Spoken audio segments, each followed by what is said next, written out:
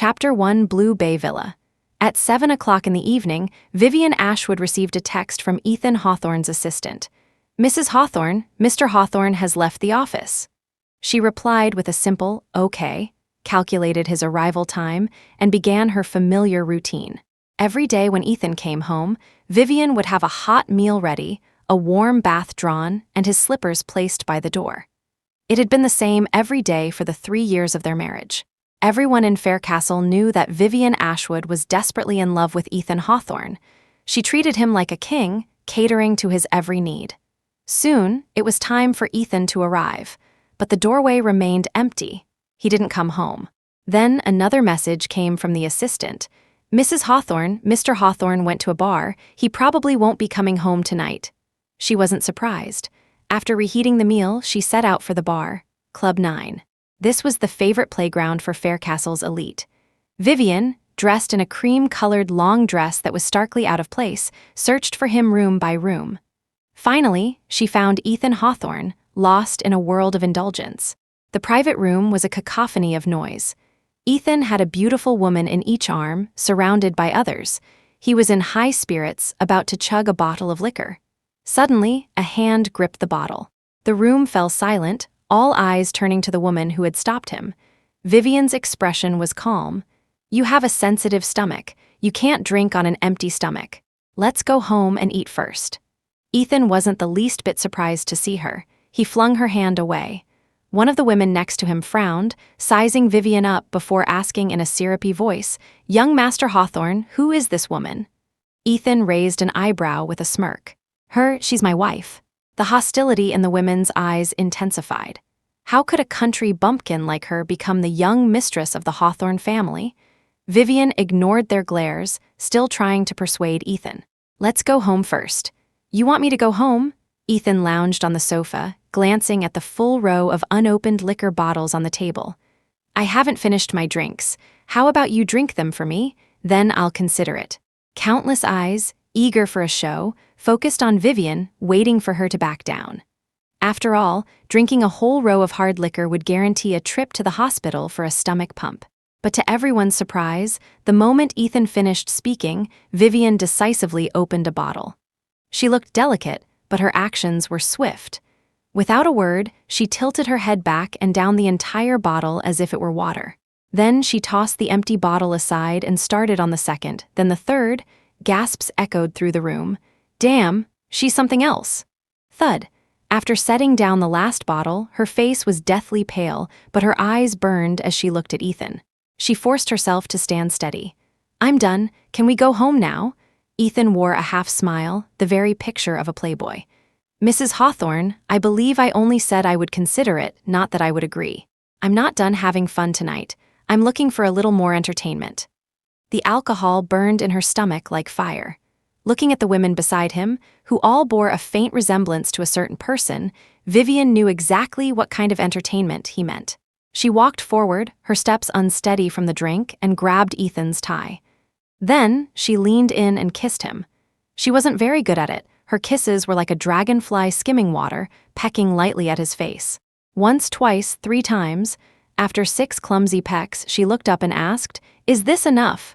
Ethan stared into her eyes, which were hazy from the alcohol.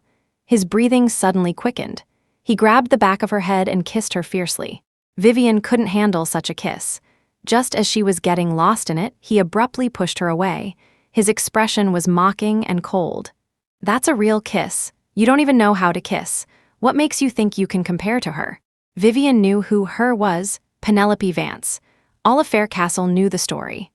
Vivian, desperate for wealth and status, had pursued Ethan Hawthorne relentlessly for a full decade. Ethan was the golden boy of Faircastle, the city's most notorious playboy. And Vivian was just a girl from a poor family who had come from the countryside to study. They were worlds apart, and Ethan had always scorned her advances. Until 3 years ago, when Ethan's first love, Penelope Vance, the daughter of the Vance family, suddenly went abroad. To spite her, Ethan deliberately married Vivian, the very woman Penelope looked down on the most. And so, Vivian's dream of marrying into a wealthy family was fulfilled. However, it was clear that maintaining this marriage was a struggle. It was held together only by her bottomless tolerance and willing humiliation. Everyone said that Vivian Ashwood had thrown away her dignity to climb the social ladder. But she never cared about the ridicule. She didn't even care when Ethan humiliated her in public, time and time again. She simply, with all her heart and without a ripple of complaint, continued to be good to Ethan. Chapter 2. In the end, Ethan went home with her, but only because they had to visit the family estate the next day. Theodore Hawthorne, his grandfather, was a man of great authority, and not even Ethan would act too outrageously in his presence. Back at Blue Bay Villa, Ethan saw everything she had prepared and sneered. "You really never get tired of this, do you?" Vivian said nothing, enduring the stabbing pain in her stomach as she went to heat up his meal, but Ethan showed no appreciation. He went to bed without taking a single bite. The next day, they returned to the Hawthorne estate. Her grandfather summoned her to the study. "Kneel." Theodore Hawthorne pounded his cane on the floor, his voice filled with anger. Vivian didn't ask why. She obediently knelt, and her grandfather threw several newspapers at her face. The headlines were all about Ethan's latest scandals. "What is all this? You've been married into this family for 3 years, and you can't even control your own husband." Vivian lowered her head and meekly admitted her fault. "I'm sorry, grandfather. It's my fault. I'm useless." Old Master Hawthorne had always been strict. 3 years ago, he hadn't approved of Ethan marrying a girl of her background. But later, seeing how gentle and well-behaved Vivian was, he had hoped she could reign in his unruly grandson and had tacitly agreed. Who would have thought that not only had Ethan not changed, but he had gotten worse? Whenever the old man got angry, he would resort to family discipline. This time was no exception. He took a whip from the wall and lashed it across Vivian's back. Crack, crack, crack. 5 lashes in total. Blood seeped through her dress, but Vivian bit her lip and didn't make a sound. After venting his anger, Theodore let her go. Vivian, enduring the pain, walked out of the study. The moment she opened the door, she saw Song Machuan lazily leaning against the corridor railing, looking at her with a half-smile. "Got a beating." He raised an eyebrow, his tone full of amusement. Vivian's lips were bitten so hard they were white. "You, get in here," the old man's roar echoed, and Ethan finally lost interest in mocking her, sauntering into the study. Vivian glanced at his back, then forced herself downstairs to change and apply medicine to her wounds. At dinner, both of them came down. Ethan still had that lazy, devil-may-care look. It was only when she saw he was unharmed that the heart she'd been holding in her throat finally settled. Ethan's parents had died young. In the end, his grandfather doted on his only grandson and couldn't bring himself to strike him. There were king prawns on the table tonight.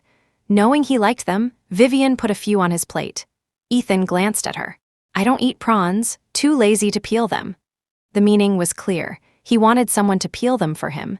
Vivian put down her chopsticks and began to peel them for him. A nearby maid saw this and quickly offered to bring her gloves. But Ethan stopped her. "It's faster with bare hands." The maid froze.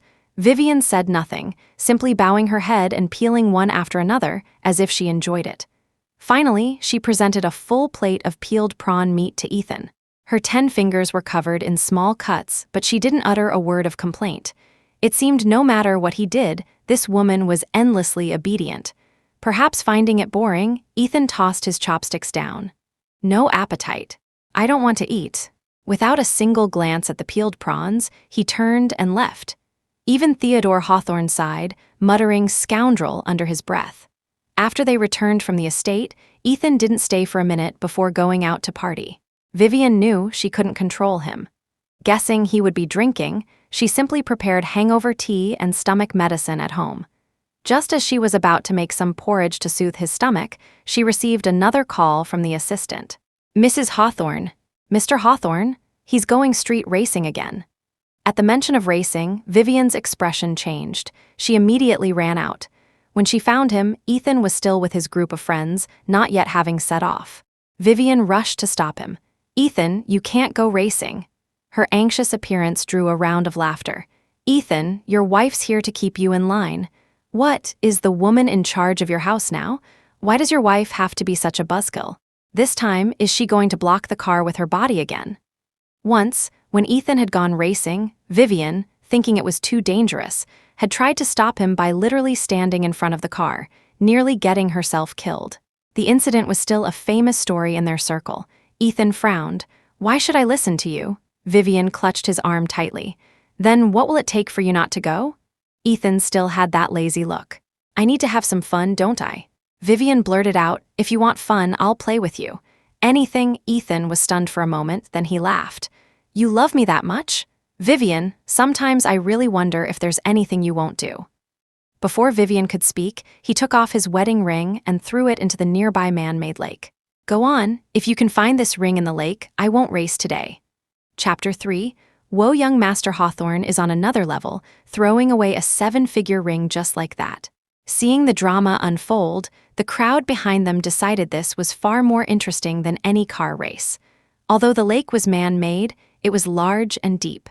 Moreover, it was already winter in Faircastle. Jumping into the lake to find a ring in this weather was pure torture. Everyone waited for the show to begin. Vivian glanced at the chilling surface of the lake. She took off her coat and, without a moment's hesitation, jumped in. The water was bone-chillingly cold, with a faint fishy smell. The fresh whip wounds on her back stung fiercely as they hit the water. On the shore, the crowd watched with great interest. She bent over, searching inch by inch along the lake bed. 1 hour, 2 hours, 3 hours, until the sky turned dark. Just as she was exhausted and her lips had turned purple from the cold, she finally felt the ring in the mud. A smile of relief washed over her as she stumbled out of the lake. "I found it." Ethan and his friends had long grown impatient and had gone inside to drink. When Vivian burst in, clutching the ring, he was momentarily stunned. To say she looked wretched would be an understatement. She was covered in mud and weeds, and the top of her dress was stained red with blood. This woman was truly a madwoman, to be so injured and still soak in the water for so long. His dark eyes stared at her with a complex expression. Just as he was about to speak, his phone rang. He listened to whatever was said on the other end, his expression changing slightly. Ignoring Vivian, he grabbed his car keys and hurried away. "Hey, Ethan, are you really not going?" The group of rich young men immediately followed him out. After they left, Vivian finally collapsed to the ground, utterly spent. So tired, so much pain. That night, Ethan didn't come home. For the next several days, he didn't return. With no time to recover from her injuries, Vivian searched for him at his usual bars, clubs, and racetracks, only to find that he hadn't been chasing women or seeking pleasure for days. This had never happened before. Until one day, Vivian saw a news report on television. Internationally renowned cellist Penelope Vance returned to the country today. Her concert tour is about to begin. It was Penelope. She was back. There was no surprise in Vivian's eyes. The only person who could ever make Ethan settle down was Penelope. She watched quietly for a while before turning off the TV. After that, she stopped searching for Ethan everywhere. She knew he must be with Penelope. Racing, drinking, women, the company, his friends, even her. No one was more important than Penelope Vance. The next day was their 3rd wedding anniversary. Vivian sat alone in Blue Bay Villa. Ethan still hadn't returned. Ding. Suddenly, she received a video from an unknown number. Her eyelashes trembled as she opened it. In the video, outside a club, a red-eyed Ethan was arguing with Penelope. "Ethan Hawthorne, I have nothing to do with you. You have no right to tell me what to do." "I damn well do, Penelope. You were gone for 3 years. Did you ever think about me? Did you think about me when you got married?" They were arguing fiercely. Finally, a tear rolled down Penelope's cheek, and she sobbed as she pushed him away. Seeing her tears, Ethan's expression changed. His previous aggressive demeanor vanished, and he completely surrendered. He pulled Penelope into his arms with a look of helpless resignation. "I was wrong, Penny. I was wrong, okay? Don't cry. Are you trying to kill me?" The video ended abruptly. After the video, there was a text message. "Vivian Ashwood, I gave you 10 years, and you still couldn't make him fall in love with you. What a failure." It was obvious who had sent the video and the message. Vivian stared at her phone for a long moment before turning it off. Honestly, there was no need for Penelope to provoke her like this. Whether it was 10 years ago or today, she was the only one in Ethan's heart. Why resort to such cheap tricks? Vivian sat quietly on the sofa, her eyes completely calm. Yes, it had been almost 10 years. For 10 years, she had done all sorts of crazy things for Ethan Hawthorne. She had once tried the world's most dangerous bungee jump, just to get him to come home. She had once spent a sleepless, snowy night traveling through 3 cities just to find him a pastry from his childhood. She had once searched for him all night after he ran away from home. Everyone said she was madly in love with Ethan Hawthorne, but it seemed no one had ever noticed that in all the things she had done, she had never once said to him, "Ethan Hawthorne, I love you." Remembering something, Vivian got up and went to her room. From the very bottom of a drawer, she pulled out a calendar. It was covered in markings, a countdown she had been keeping for years. Now she made another mark. Divorce countdown, 10 days left. Chapter 4. No one knew that Vivian Ashwood, the woman who clung so desperately to this marriage, had one thing she looked forward to every day: leaving Ethan Hawthorne. She had waited a full 10 years for this day. Vivian was born in a very poor mountain village. She was smart and a good student. Even her teacher said she was destined for great things. But her family had no money to support her education. She once thought her life was destined to rot away in the mountains, until a couple with the surname Hawthorne appeared. Their company was running a charity project, and after learning about her situation, they decided to sponsor her. That year, Vivian was 15. Thanks to their sponsorship, she was able to leave the mountains and attend school in Faircastle. Because of them, she escaped the fate of being sold by her parents to an old bachelor in the village. She could get an education, she could have freedom. At that time, she swore that this couple was her saviors, and she would spend her life repaying them. But just 3 months after arriving in Faircastle, a tragic car accident took them away. She had been in the middle of an exam that day. When she heard the news, she dropped everything and ran to the hospital. The hospital room was crowded with people. The lowly Vivian couldn't even squeeze her way in. Through a small gap, she could only see the dying forms of Mr. and Mrs. Hawthorne. In their final moments, Vivian saw her benefactors looking at their only son with trembling eyes, tears streaming down their faces, their gaze filled with worry and reluctance to leave. That was the first time she saw the boy named Ethan Hawthorne. At that moment, Ethan sat by the bed, his usual flamboyance gone, his eyes red as he watched over his parents. Originally, Vivian had planned to repay the Hawthornes once she grew up, but she never got the chance. After seeing the Hawthornes close their eyes with regret, Vivian made a silent vow. She would take their place and take good care of Ethan Hawthorne. So, she gave herself 10 years to repay their kindness. From then on, everyone in Faircastle knew that a poor girl from the mountains was dreaming of a life of luxury, following the young master of the Hawthorne family around like a shadow. Vivian didn't care about any of that. She just tried her best to be good to Ethan. When Ethan wanted to marry her, she agreed. When Ethan wanted to humiliate her, she endured it. She sacrificed 10 years of her life to repay the kindness of the Hawthornes. And now, with the 10-year period about to end, there were only 10 days left. Holding the countdown calendar, Vivian remembered how decisively Ethan had thrown away the wedding ring. She thought, this is for the best. When she proposed the divorce, he would probably agree readily. In these 10 years, it wasn't that Vivian had never been moved. She had to admit, Ethan Hawthorne was dazzling. The way he looked back during a high school basketball game, the sight of him in a white shirt laughing with friends under the sun, the moment he put the ring on her finger at their wedding. These were all moments when Vivian's heart had skipped a beat, but they were just that moments. Such feelings had long been eroded by torment after torment. In the end, all that remained was the idea of repaying a debt. She lowered her eyes, composed her emotions, and put the calendar back in the drawer. That evening, Ethan finally came home. As always, Vivian had his meal, warm water, and slippers ready. She didn't mention Penelope Vance at all. Ethan, however, was not so discreet. He answered Penelope's call right in front of her. On the phone, Penelope asked if he was free to attend her concert in a few days. They had clearly been together for the past few days. Vivian didn't believe for a second that Penelope was only just now thinking to ask him. She probably knew Ethan was home and had called deliberately. Vivian ate her food quietly, without a word. "I know, Penny. I'll make time to be there on Saturday." Ethan agreed easily. After hanging up, he looked at Vivian and saw she was still eating calmly. Vivian felt his gaze and knew she had to ask, or it would be suspicious. Was that Penelope? Is she back in the country? Ethan nodded, then asked, "Aren't you going to ask where I've been these past few days?" Vivian replied with sincerity, "As long as you're safe, you can go anywhere you want." Chapter 5. Ethan didn't understand the deeper meaning of her words, simply taking it as a sign of her overwhelming love for him.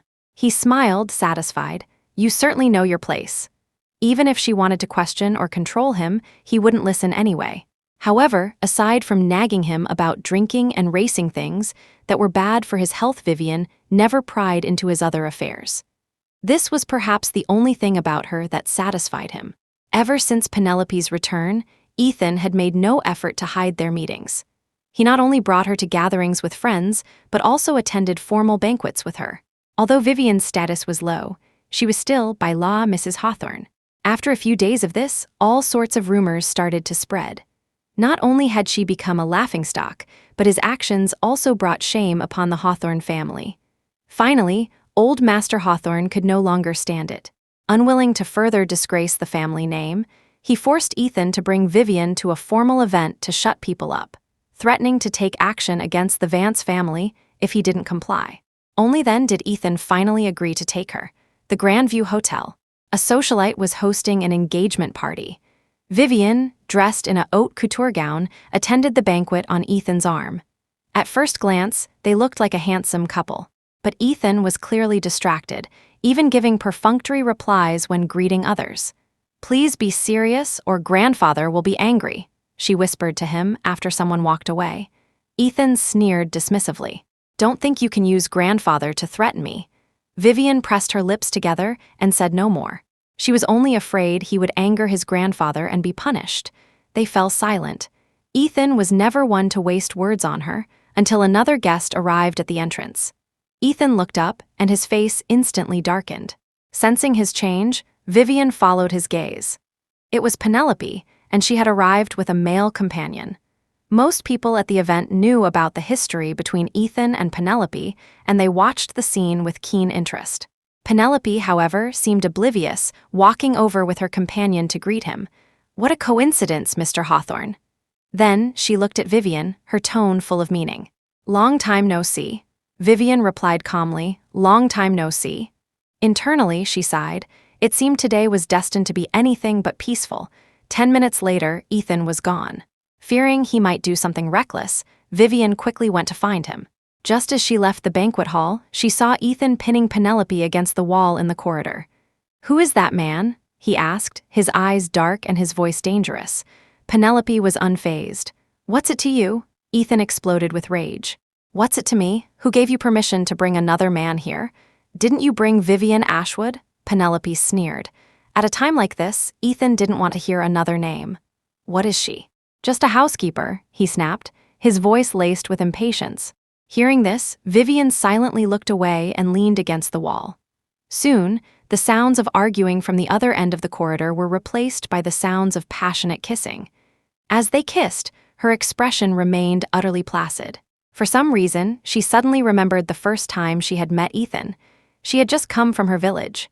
She was small and thin, a stranger to this new world. She had gone to visit the Hawthornes, and when she first saw the garden and lake of their villa, she couldn't help but stare. As she was lost in the sight, a young man's voice said, "Hey, little girl, don't fall in." Startled, Vivian quickly pulled back. Ethan walked out of the house, holding a basketball.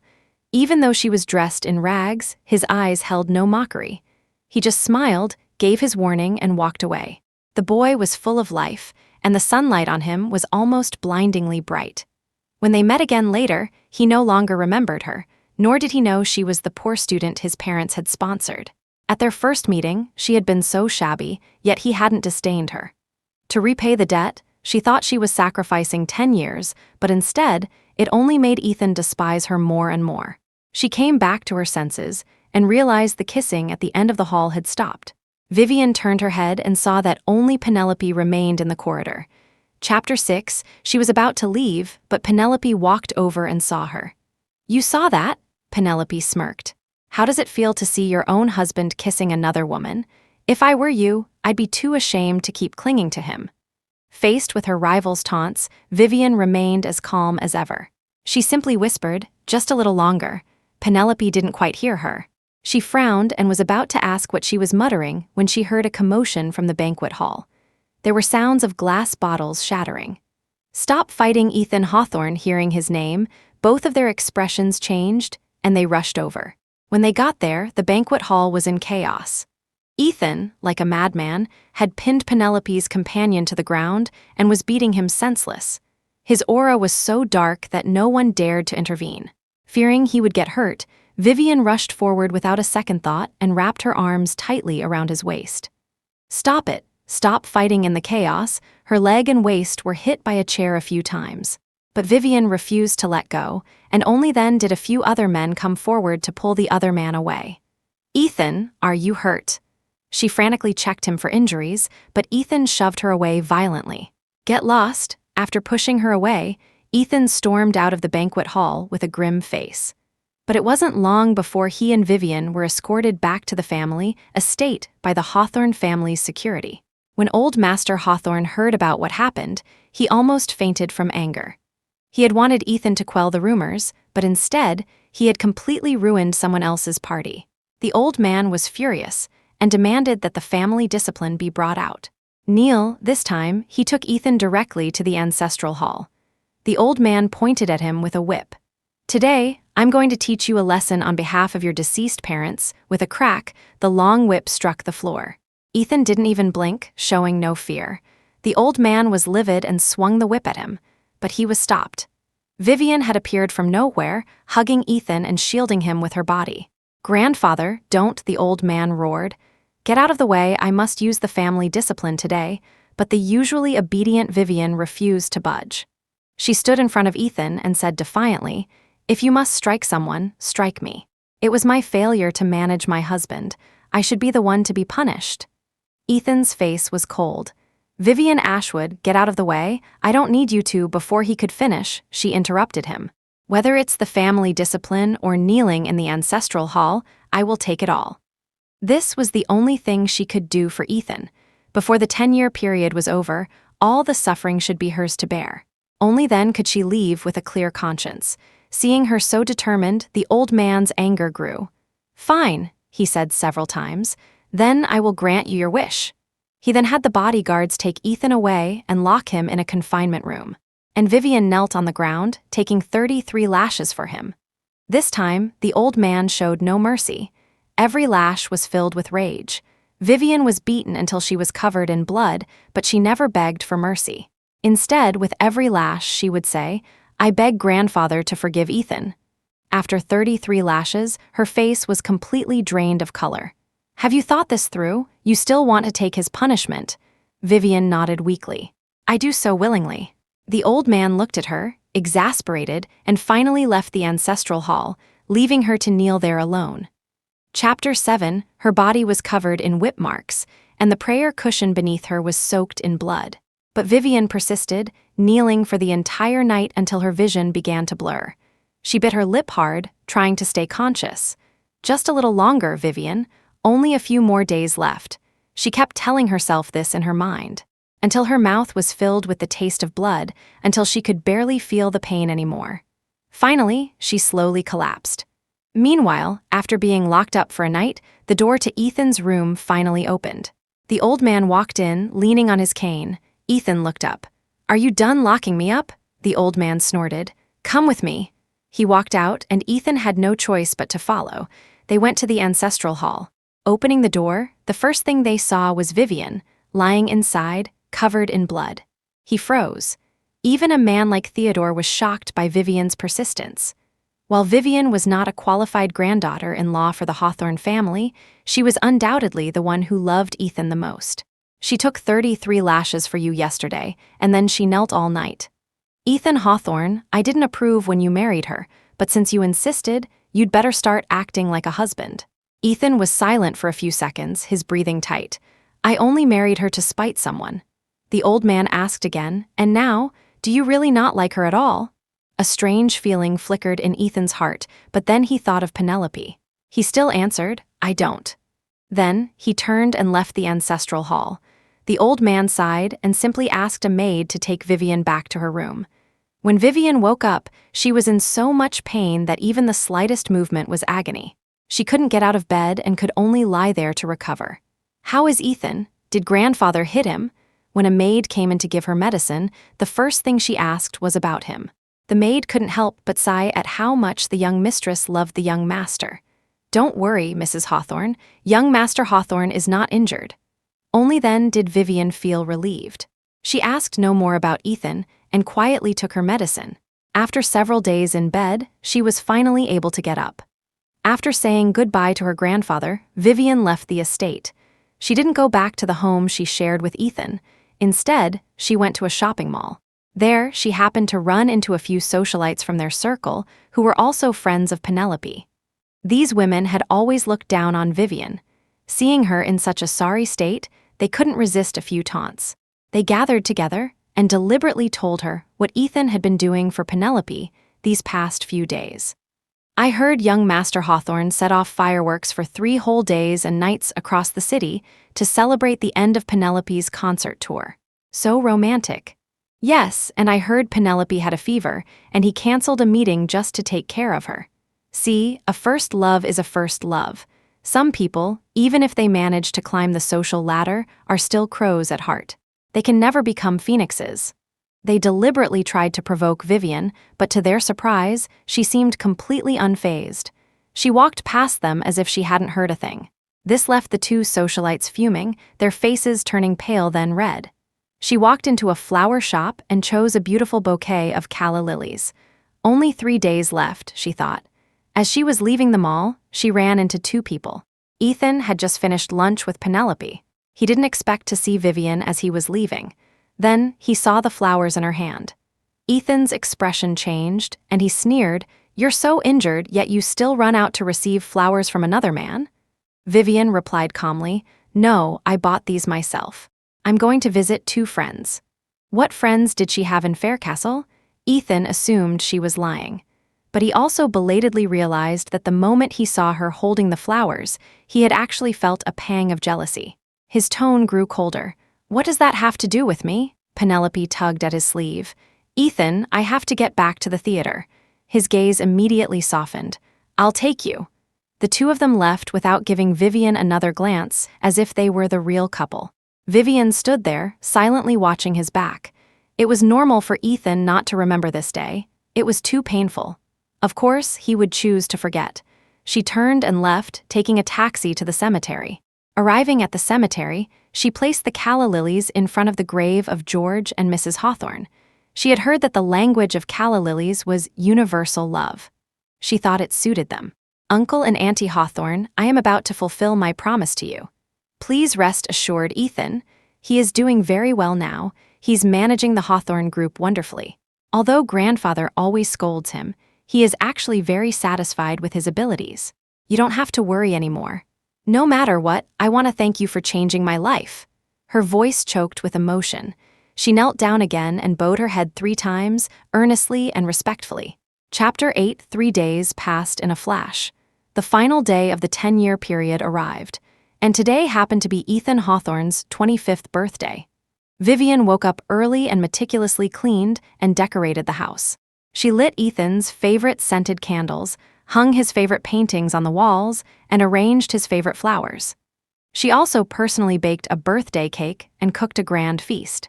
She wanted to use this opportunity to give the past 10 years a perfect farewell.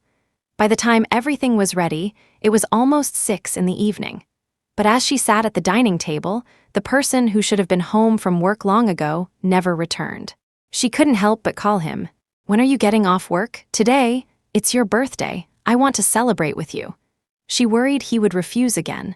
After all, it was the last day, and Vivian wanted a proper goodbye. Fortunately, after a moment of silence, Ethan replied, "Wait for me for 2 hours." She breathed a sigh of relief. "I'll wait for you then." He didn't say anything else and hung up. But after 2 hours, he still hadn't returned. Vivian called again. This time, Ethan said the same thing. "Wait for me for another 2 hours." And so, she waited again and again. 2 hours after 2 hours. Each time her hopes were dashed, she would call, and Ethan would always tell her to wait another 2 hours. She waited until all 25 candles on the cake had burned out. She waited until all the dishes had grown cold. She waited from dusk until dawn. By the time the sun rose the next day, Ethan's birthday was long over. Vivian sat at the dining table and, relentlessly, called him again. This time, when the call connected, she heard laughter from the other end. Wow, she really waited all night. She finally realized that Ethan wasn't at the company. Where are you? Ethan didn't try to hide it. Club 9? Even if Vivian were a fool, she would know by now that he had been playing her for a fool last night. She hung up, grabbed her coat, and left. Arriving at Club 9, she found the door to the private room ajar. Standing at the entrance, she saw a circle of Ethan's friends inside. Penelope was there too. On the table were the remains of a birthday cake and empty liquor bottles all over the floor. They had partied all night. So Ethan hadn't been working overtime at all. He had been celebrating his birthday with his friends.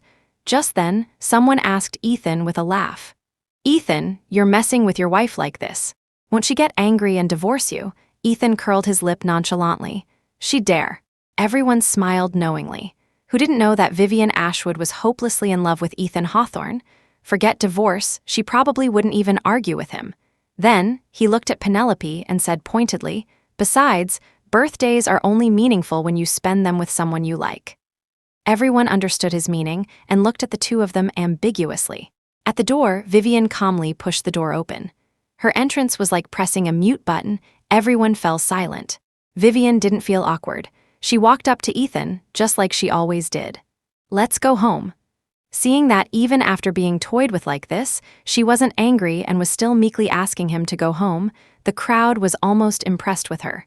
Only Ethan was not surprised in the slightest. But he had had his fun, so he got up and left with her.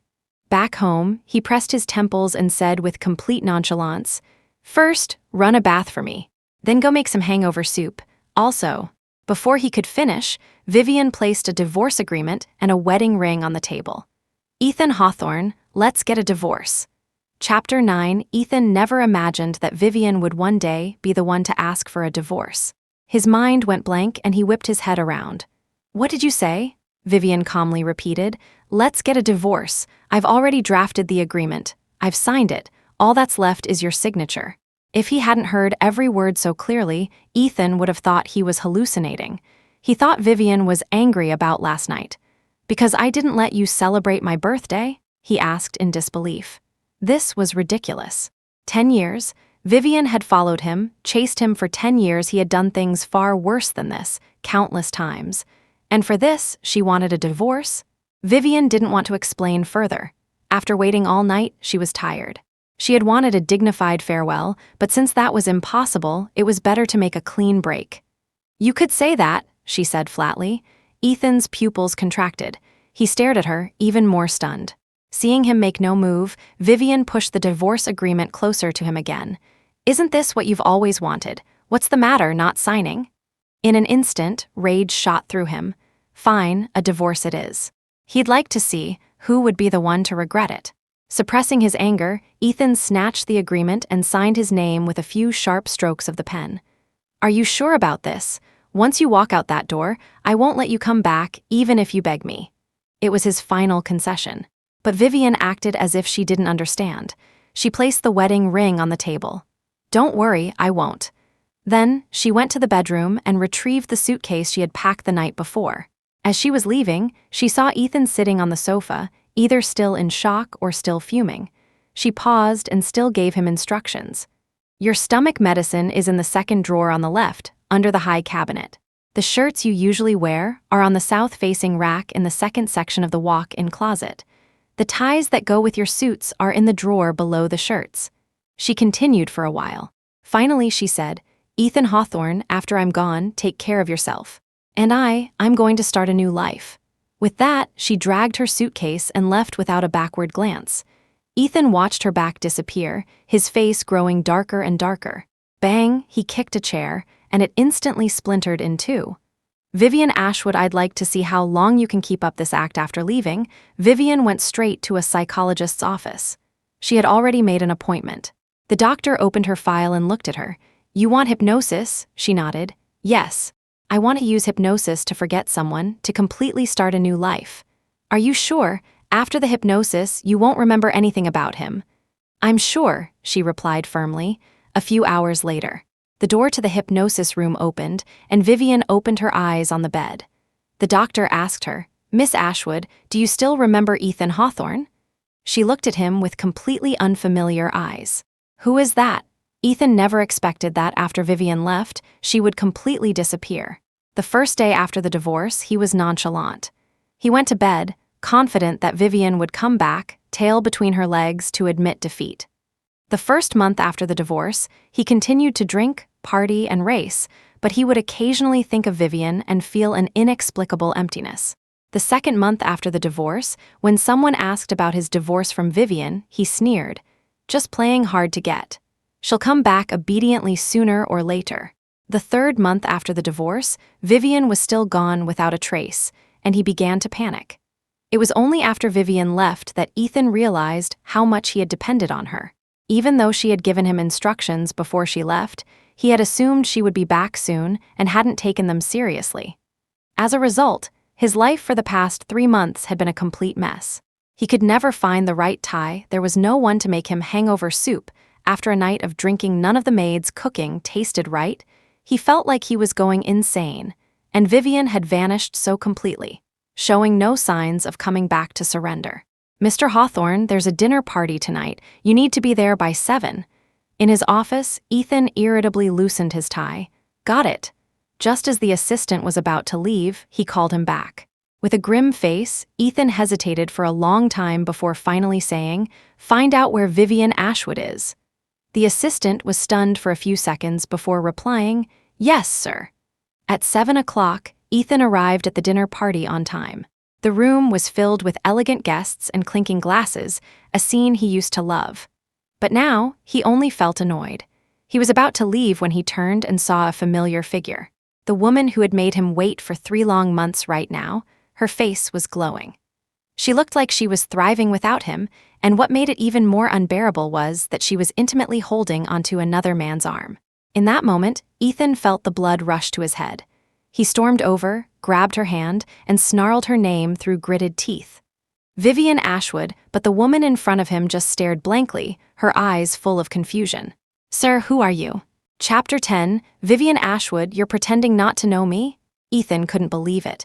After 3 months, this woman was still putting on an act. "I'm not pretending, sir. I really don't know you. If there's nothing else, I'll be going." With that, she took the arm of the man beside her and tried to walk around him. Having finally found her, Ethan wasn't about to let her go so easily. "Vivian Ashwood, is it fun to abandon your husband for another man? Trying to act innocent in front of another man, pretending not to know me?" He would rip her mask right off. He grabbed her arm, forcing her to turn and face him. To his surprise, Vivian forcefully shook him off, declaring, "I told you, I don't know you." Just then, the man who had been silent beside her let out a soft laugh. "I say, Ethan Hawthorne, are you drunk and making a scene?" Only then did Ethan look at the man whose arm she was holding. It was Julian Crestwood, his high school classmate, the second son of the Crestwood family. But hadn't he gone abroad? When did he come back? And how did he get together with Vivian? Ethan frowned. "Julian Crestwood. When did you get back?" "The month before last." Julian whispered something in Vivian's ear, telling her to wait for him outside.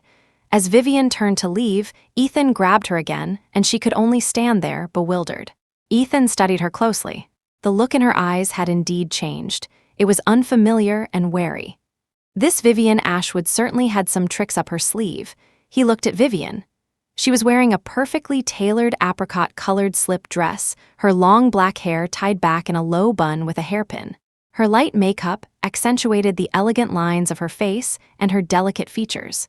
He had never noticed before how beautiful she was, how good her figure was. Standing together, they actually looked quite good as a couple. The thought made Ethan's blood boil. Didn't she love him to death? For 10 years, she had endured all his torment without a single complaint. Now, only 3 months after the divorce, she had forgotten him completely and had immediately hooked up with the newly returned Julian Crestwood. "Are you done? She already said she doesn't know you." Julian removed Ethan's hand, allowing Vivian to leave. Seeing that Ethan was about to follow, he stepped in front of him. "Ethan Hawthorne, so many years have passed, and you still haven't learned any gentlemanly manners."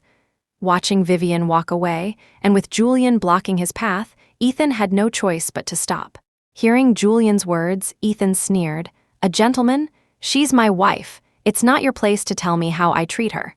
This was unexpected for Julian, but, Are you sure you haven't mistaken her for someone else? She really doesn't seem to know you. How could I mistake her? She was married to me for 3 years. We only divorced 3 months ago. But Ethan wasn't entirely sure what had happened, given Vivian's expression and attitude, which they had both witnessed. It seemed he needed to do some investigating when he got back. But hearing his words, Julian suddenly laughed. Divorced? Then you shouldn't be calling her your wife, should you? If you're divorced, you're no longer related. At most, you're an ex-husband. You! Ethan was furious. Not wanting to waste any more time arguing, he pushed Julian aside and returned to the party, planning to investigate thoroughly when he got home.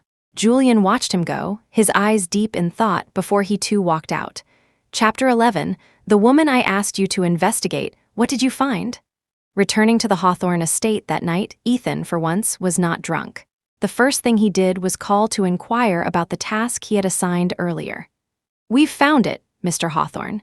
A detailed itinerary of Mrs. Hawthorne's activities over the past few months has been sent to your email. You can take a look. After hanging up, Ethan began to look through the information. A psychologist's office. The first thing she did after leaving him was go to a psychologist's office. A strange expression flickered across Ethan's face. Could it be that she found it so painful that she couldn't bear it, so she underwent hypnosis to forget him? Seeing what she did next, Ethan was even more incredulous. For 3 years by his side, she had done nothing but take care of him diligently, without a single complaint, never showing any of her own worth. But in her first month away, she found a job and even became a CEO's assistant. When his parents had sponsored her, what school did they say she was from? It seemed to be quite a famous one. He decided to sleep on it and investigate further tomorrow. The next day, in his office, the assistant placed a stack of documents for him to sign on one side. Then he handed him a separate file. Mr. Hawthorne, this contains all the information about the former Mrs. Hawthorne, including her school records and family background. You can look at it if you wish. Ethan nodded in satisfaction. His assistant had always been good at anticipating his needs. Good, leave it there. Yes, sir. Also, Mr. Hawthorne, the second young master of the Crestwood family has scheduled a dinner for 7 o'clock tonight. Should I decline for you? Julian Crestwood, what did they have to discuss? He was about to tell his assistant to refuse, but then he thought of that woman. A thought flickered in his mind, and he agreed. Vivian Ashwood. It seemed she had really forgotten him. And what was her relationship with Julian Crestwood? It appeared he really knew too little about his ex-wife. In reality, Vivian Ashwood was far more capable than Ethan imagined. After leaving the clinic that day, she moved into an apartment she had already rented. After a quick tidy-up, she started sending out her resume. She needed a suitable job that could support her and offer room for growth. During her 3 years with Ethan, she had never given up on her profession. As an architectural designer and a top graduate from a prestigious university's renowned program, she was highly qualified. She had continued to study on her own and participate in various design competitions. Although she hadn't worked in an office, her resume was outstanding. Now, even though she had forgotten Ethan, she hadn't forgotten her professional skills and knowledge. Due to the hypnosis, she believed she had spent the last 3 years recuperating at home from an illness. Chapter 12, the first position Vivian set her sights on was the general manager's assistant at the Crestwood Group. The Crestwood Group was a family-owned business and a leader in the construction industry, offering plenty of opportunities. The GM was Julian Crestwood, the family's second son, who had recently returned from abroad. He was a dual master's degree holder in architecture and management from a top foreign university, so his expertise was unquestionable. Having just returned, he lacked a trusted circle.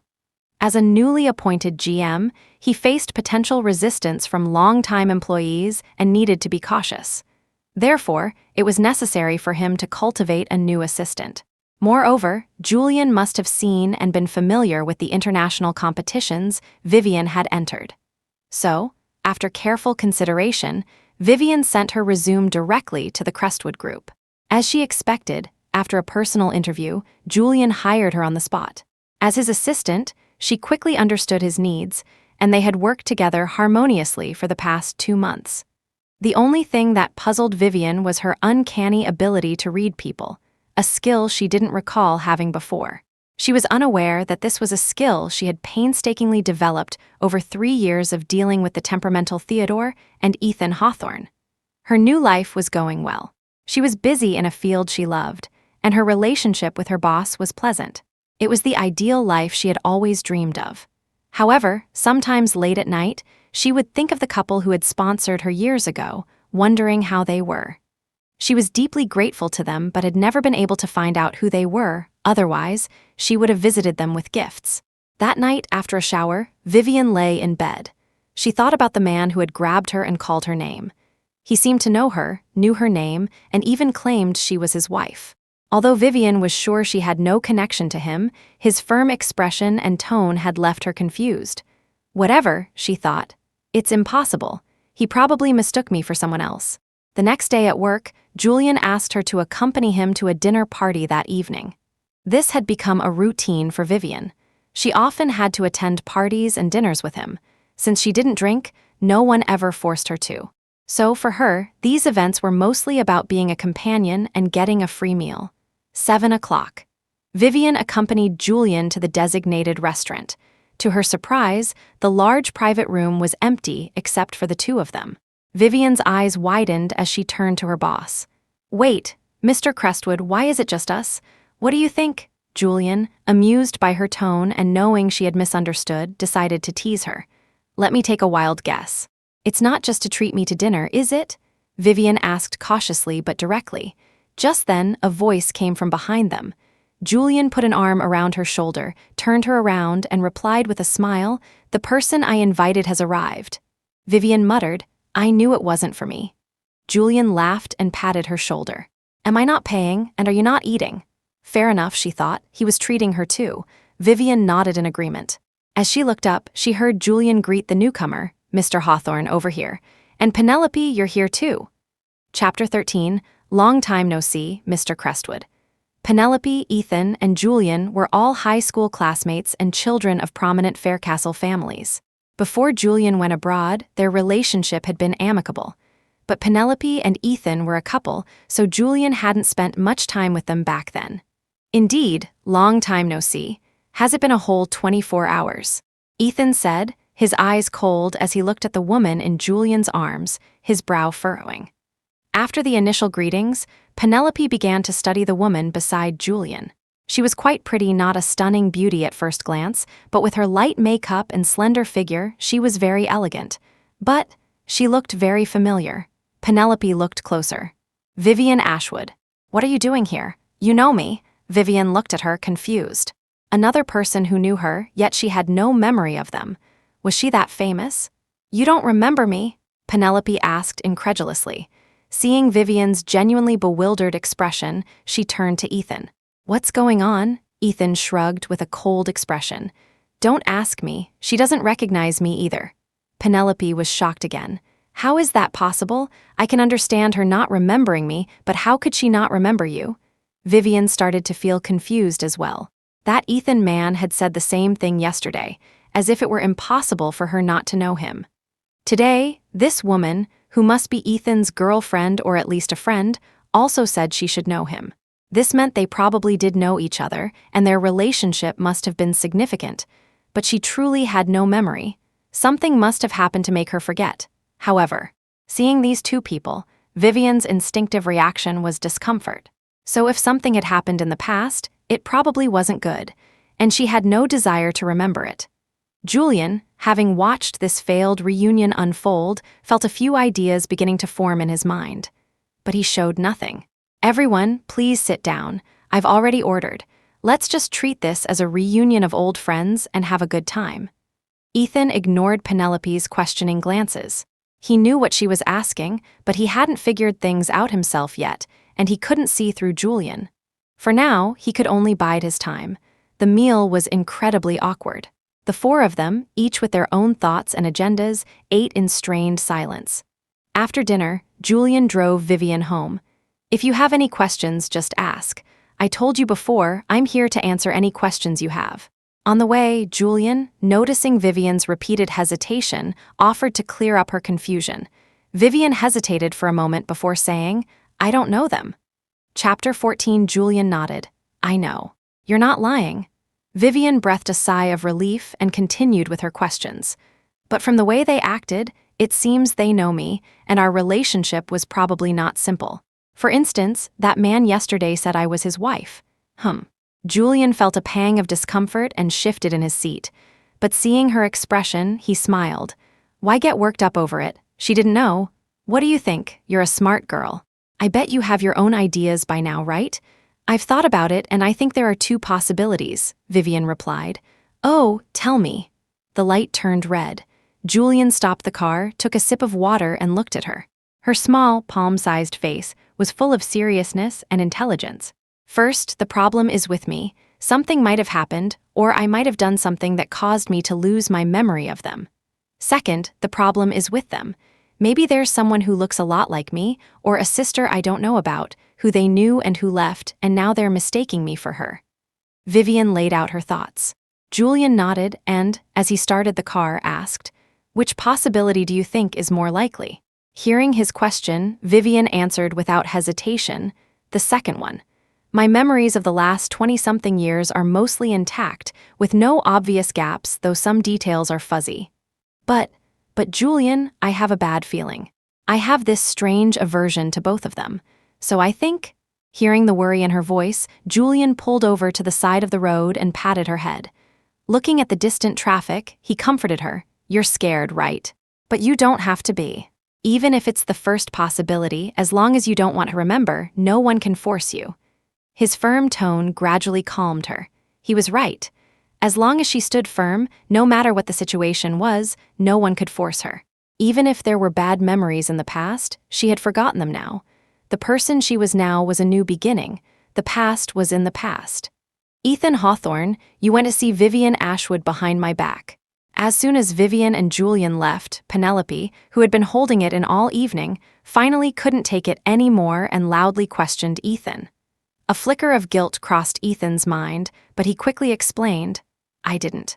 I just happened to run into them at a dinner party last night." Penelope clearly didn't believe him and turned her head away, sulking. Ethan pulled her into his arms and gently stroked her back. "Come on, how could I possibly seek her out? You can ask my assistant if you don't believe me. It was really just a chance encounter at a party." Only then did Penelope relax in his arms, her voice laced with a wronged tone as she cooed, "I believe you, but she was your wife, after all. I get jealous." Chapter 15. Hearing her words, a sense of guilt washed over Ethan, and he held her even tighter. "She means nothing to me. Don't overthink it." "Okay, then let's go home," Penelope said, the corners of her eyes curving up, satisfied with his answer. The Hawthorne estate. As soon as Ethan arrived home, old Master Hawthorne summoned him to the study. The old man sat at his desk with a grim expression. The overhead light was off, with only a single desk lamp casting a dim glow on the table. Seeing him enter, the old man's sharp eyes fixed on him without a word. The atmosphere was unnaturally quiet. Ethan frowned and walked to the desk, not understanding how he had angered him this time. Already frustrated from the evening, he sat down on the sofa, his tone sharp. "What did I do now?" Old Master Hawthorne threw a stack of photos on the desk. His gloomy face suddenly contorted with rage as he pointed at Ethan and bellowed, "You have the nerve to ask, look at the mess you've made. These photos were sent directly to me." Ethan picked up the photos, his tone still nonchalant. "Grandfather, you should get angry less. At your age, you shouldn't risk your health." "You scoundrel, if you had any decency, would I be this angry?" Old Master Hawthorne roared. Ethan flipped through the photos one by one. The first few were of him and Penelope. He looked at each one with contempt before tossing it aside. But as he continued, his expression grew darker. Somehow, the paparazzi had found out about their dinner tonight and had taken pictures of all four of them, especially the photos of Vivian and Julian. Julian with his arm around Vivian, standing side by side. Vivian holding Julian's arm as they walked out of the restaurant. Julian intimately fastening Vivian's seatbelt. Vivian and Julian looking at each other with gentle eyes. Looking at these photos, a fire ignited within him, a massive fireball of rage that shot upwards. When he saw the photo of Julian holding Vivian, smiling tenderly, the fireball burst through his defenses, reaching the top of his head, and his face instantly flushed red. Old Master Hawthorne watched the change in his expression with a hint of satisfaction. It seemed there was still hope for his grandson. After Ethan had seen all the photos, the old man spoke in a low, heavy voice. "You cast aside the person who truly cares for you, fool around outside even after getting married, and now Vivian has run off with the Crestwood boy. Are you satisfied?" Ethan was momentarily speechless, unable to refute his grandfather's words. Looking at the photos only fueled his anger. They were that intimate. The woman who claimed to have loved him for 10 years was now embracing another man on the street. "Vivian Ashwood, do you really think anyone would genuinely like a disgusting woman like you?" From now on, he would help her see Julian's true colors, step by step. Chapter 16, the next day in the office. "I want you to investigate Vivian Ashwood and Julian Crestwood, every single detail from birth until now. Bring all the information to me, and don't let the old man know about this." After the assistant reported the day's schedule, Ethan gave him the order. "Understood." The assistant collected the signed documents and went to make the arrangements. Ethan walked to the floor-to-ceiling window in his office and looked out at the Crestwood Group building across the way. As the two major business giants of Faircastle, the Hawthorne Tower and the Crestwood Group building stood opposite each other, separated by a small river. Julian Crestwood. Ethan's memory of him was still stuck in their high school days. Back then, Julian was the typical model student, always buried in his books with top grades. But what really made an impression on Ethan wasn't his grades, but his crush on Penelope. He and Penelope had known each other since childhood and had always been close. Penelope was his first love. They were the golden couple in everyone's eyes, both top students from wealthy families, and, more importantly, both incredibly good-looking. Knowing their relationship, no one else had ever thought of coming between them. Until their senior year, when Julian suddenly confessed his feelings to Penelope. Although Penelope didn't accept, the incident caused a huge stir. While everyone was gossiping, Julian went abroad. After that, there was no news of him. But regardless, Julian Crestwood was definitely not a simple person. The irony was that he and Penelope, the couple everyone saw as perfect, didn't last either. When they graduated from college, Penelope insisted on going abroad to study, despite his pleas for her to stay. 3 days later in his office, Ethan held all the information on Vivian Ashwood, growing more shocked as he read. "Can you guarantee the authenticity of this file?" Ethan asked the assistant standing behind him. "It's all authentic, Mr. Hawthorne. Vivian's parents and the sponsorship certificate from your parents at the time can prove it." The assistant bent down and flipped to the last page, which included a photo of Vivian's family of 3 and the transaction records of Ethan's parents' sponsorship. Ethan was stunned, a look of confusion in his eyes. After a long moment, as if he had suddenly understood something, his expression filled with astonishment and remorse. "So, all that talk about Vivian loving me for 10 years was a lie. She was just repaying my parents' kindness, taking care of me on their behalf, is that it?" Ethan asked his assistant. Thinking back on the 3 years of their marriage, all the cruel things he had done to her, all his self-righteous humiliations, meant nothing in Vivian's eyes. Ethan suddenly felt ridiculous. No wonder she had been so resolute about the divorce back then, even willing to leave with nothing. It turned out she couldn't wait to leave him and start her own new life. How ruthless Vivian Ashwood. Chapter 17, to repay a debt of kindness, she had married him without a second thought, enduring endless humiliation and torment without wavering. She had lived with a man she had no feelings for 3 years, yet still managed to take care of him with utmost dedication. Thinking of the instructions and reminders Vivian had given him before she left, he suddenly felt a sharp, needle-like pain in his heart. Fine, just fine. She had painstakingly cared for him for so long, making him so dependent on her, only to leave without a moment's hesitation once he was used to her care, turning his life into a complete mess. Where is the other file? Ethan took a deep breath to calm the turmoil in his heart, remembering he had asked his assistant to investigate 2 people. The assistant took out another file, hesitating for a moment before handing it to Ethan. Ethan noticed his strange behavior and frowned. "What is it?" The assistant opened the file folder and, as Ethan took it, said, "Mr. Hawthorne, the information on the second young master of the Crestwood family was not easy to find. That's why it took until today. Seeing Ethan nod, the assistant continued, "The information in here is the best we could do." I understand. Ethan could understand. As the second son of the Crestwood family, a company on par with Hawthornes, it would be suspicious if his life story were easily accessible. He looked down at the file in his hands. Julian Crestwood, the second child of the Crestwood family. His older sister, Jasmine Crestwood, was the current true head of the Crestwood Group.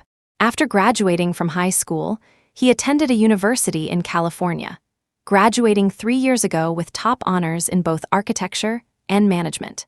That same year, he became the general manager of the Crestwood Group's U.S. branch and joined the jury of an international architectural design competition. In 2 years, he expanded the U.S. branch's architectural business to its largest scale, taking it global and making Crestwood a true giant in the worldwide construction industry. But 6 months ago, he suddenly announced his resignation as president of the branch, retaining only his position as the largest shareholder and stepping back. He returned to the country 2 months ago and took on the role of general manager in his family's company. Mr. Hawthorne, isn't Julian Crestwood's return as general manager essentially a demotion? Why would he come back? The assistant was puzzled. Although both were general manager positions, in the U.S., he had no one above him and was the true person in charge, with complete freedom. After returning, his sister Jasmine was the president, and he was only in charge of one department. Moreover, the domestic architectural design department of Crestwood Group couldn't compare to the one abroad. Influenced by the domestic economy, architecture was not a booming industry. Could he have come back to fight his sister for power? The assistant felt he might have stumbled upon something. Ethan glanced at him and said firmly, "Impossible. Although Jasmine appears ruthless, from what I know, she adores her younger brother. If Julian came back to take over the group, he wouldn't need to do anything. He would just have to tell his sister, and she would hand it over to him without a fight." Chapter 18, but that's what's strange. He has no reason to come back. Keep investigating. Check the people around him. Understood. One more thing, take a look at this, sir. The assistant handed Ethan a stack of photos. They were of award-winning works from a display, all architectural designs. The style suggested they were all by the same person. Are these the winning works from the annual International Architectural Design Competition? Who is this person?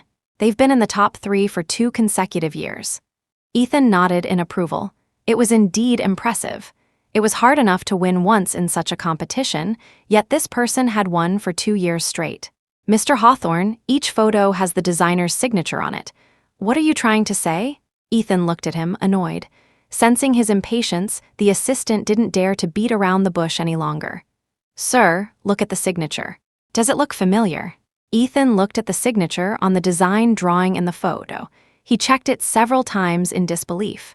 This signature was identical to the other signature on his divorce agreement. She graduated from which school again? Ethan muttered to himself, about to look through Vivian's file when his assistant blurted out. The architecture department at Northwood University. The former Mrs. Hawthorne was a top student from a top program. Before he could finish, seeing Ethan staring at him, the assistant quickly made an excuse and slipped away. Vivian had participated in architectural design competitions while taking care of him, and had even won first place for several years. This meant Vivian and Julian must have known each other for a long time. No, wait. Vivian had barely left the house during her 3 years with him, so these designs were probably submitted online. So it was very likely that Julian had known of Vivian for a long time and had even been investigating her secretly. Could he have come back for Vivian? If so, what was his motive? Vivian never expected that Ethan would ask her out for a meal alone. Although she didn't know his intentions, for some strange reason, she agreed to meet him. It was a beautiful little private room. The walls were adorned with traditional hand-painted reliefs, and the lighting from different angles created a very comfortable atmosphere. Although the restaurant was busy, once the door was closed, the outside noise was almost inaudible. Before the food arrived, Ethan took out her file and handed it to her. It was better to ask her directly about her past. After all, they had known each other for so many years. Even if Vivian didn't remember him now, he still trusted her. This is your file. I believe there's a lot in here that even you don't know about now. Ethan poured her some tea and gestured for her to read it. Didn't you say you don't know me? After you read this, you'll find a lot of things are different. Then you'll know why I know you. Vivian looked at the file hesitantly. Chapter 19, she debated whether to open it. Her rational mind told her she shouldn't. After all, her past self must have been determined to forget everything. But she was also curious about why she had forgotten. Ethan didn't rush her, letting her make her own choice. Seeing her hesitate before finally opening the file, Ethan felt a sense of relief for some unknown reason. Vivian read about her own life, written down in black and white for her to see. The feeling was indescribable, a slight tightness in her chest. But as she read on, her eyes widened in disbelief. She looked at the contents of the file and the people in the attached photos with astonishment. The moment she saw the photos, she gasped, looking up at Ethan in disbelief. Did you get this wrong? This can't be me, can it? She couldn't believe she had married the man in front of her and that they had only recently divorced. Ethan took a sip of tea and nodded at the file. Keep reading, there's more. Tell me after you're done if it's you or not. Vivian continued to read. When she reached the sponsorship information, she suddenly felt a faint discomfort in her heart. She put down the file, clutched her chest, and felt like she could barely breathe. Her head started to ache. Ethan didn't expect such a strong reaction from her and felt a pang of pity. Are you okay? I'm fine. This couple who sponsored me, are they? She held up the photo, her voice trembling slightly as she asked Ethan. My parents. They passed away in a car accident 10 years ago, Ethan said, knowing she would ask. So I did it for. Vivian seemed to suddenly understand why she had chosen to marry him. Only she knew how grateful she was to the people who had saved her from her dire situation. Then, their car accident. Vivian didn't know the details of the accident. She wanted to ask if it was an accident or intentional. But she felt that asking someone if their parents had been murdered was always uncomfortable. We don't know. The vehicle was too damaged to find any proof of foul play, so it was ruled an accident. After his parents passed away, he had been consumed by grief and had suspected foul play. But there was no evidence, and he was too young and naive at the time. If it really was a setup, he would have likely been silenced before he could find anything. So at that time, his grandfather stepped in to handle everything and raised him. But he also knew that his grandfather had been secretly investigating the matter for all these years. Vivian looked at the people in the photo again. They had sponsored her. Such kind people, and yet. Then why are you showing me this? Vivian asked, puzzled. It couldn't be that he wanted her to remarry him, could it? But it was clear they weren't deeply in love. Chapter 20, hearing her question, Ethan was at a loss for words. At first, he just wanted to tell her everything and make her remember him. But what then? Remarry? Impossible. He had waited so long for Penelope to come back. Do you want me to investigate the truth? Vivian thought of a possibility. If the Hawthorne family couldn't find anything, it might be because someone was watching them. But if an outsider investigated, they might not be discovered so quickly. Seeing her misunderstanding, Ethan decided not to explain, letting her think that wasn't necessarily a bad thing. Vivian sat in anxious silence until the waiter came to serve the food, breaking the tension. Soon, the table was filled with dishes. Ethan told her to eat first. This is something you like, Ethan said, pushing a plate of wasabi octopus towards her. Vivian looked at the dish and shook her head. She never ate this. Just try it. I guarantee you'll like it. Ethan interrupted her thoughts. Vivian skeptically took a small bite. I told you I don't like it and you still made me try? Huh, it's actually delicious. Ethan found her expression amusing. He knew she liked it because of a time at a party when he had forced her to drink, and she had eaten this to accompany the alcohol. He had watched her coldly then, letting her drink for him without any concern for her well-being.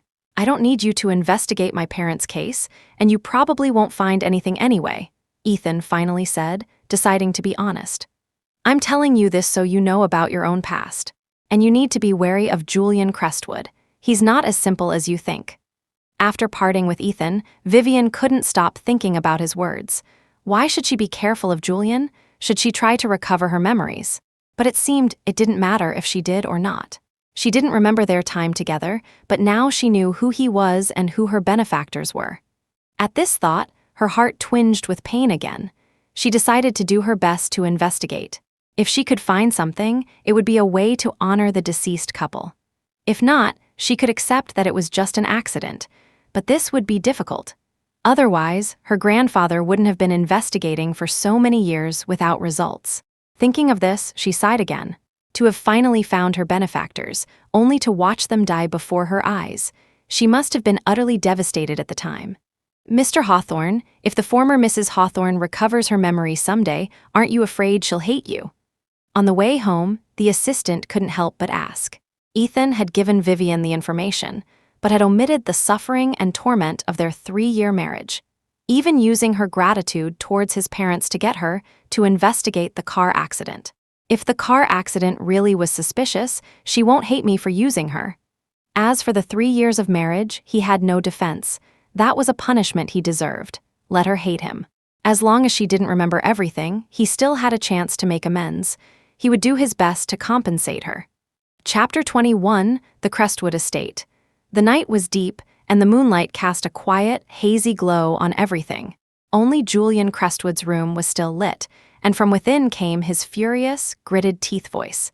In your dreams, I'm telling you, I will never let you marry him. You're forcing my hand, aren't you? I gave up everything to come back for you. You're not getting away from me. Crash, a heavy object hit the floor, followed by a long silence. The light that had been on all night was finally turned off as the sky began to pale with the dawn. Did you hear? The eldest daughter of the Vance family came to see Mr. Crestwood yesterday and left in tears. Whoa, really? When? How did I not know? SHH, keep your voice down, it was after work yesterday. I was working late. The voices faded as they walked away. Only then did Vivian emerge from the bathroom stall. Penelope and Julian, what was their connection? Wasn't she Ethan's girlfriend? Could it be that what Ethan told her about being careful of Julian was because? Vivian splashed some water on her face. She felt more and more that these people were tangled in too many mysteries. It seemed necessary to investigate them. Vivian thought of someone, a university classmate who now worked in intelligence in the US. She had helped him once before. Asking him to help investigate someone should not be difficult. She sent him an email asking if he could help investigate them. She remembered that Julian had also been in the US, so he should know something. He replied quickly, saying he could help, but it would take about a week if she needed detailed information. Vivian said she could wait. Just as she sent the email, Vivian turned to see Julian standing behind her, smiling at her. Mr. Crestwood, when did you get here? Vivian jumped, startled. Did he see her investigating him? Just now. Are you busy? Julian asked gently. No, is there something you need? Vivian, still shaken, suddenly felt a fear of the man before her.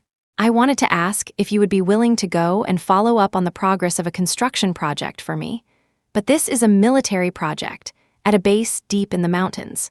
I shouldn't be asking you to go, but I don't trust anyone else. Julian looked apologetic.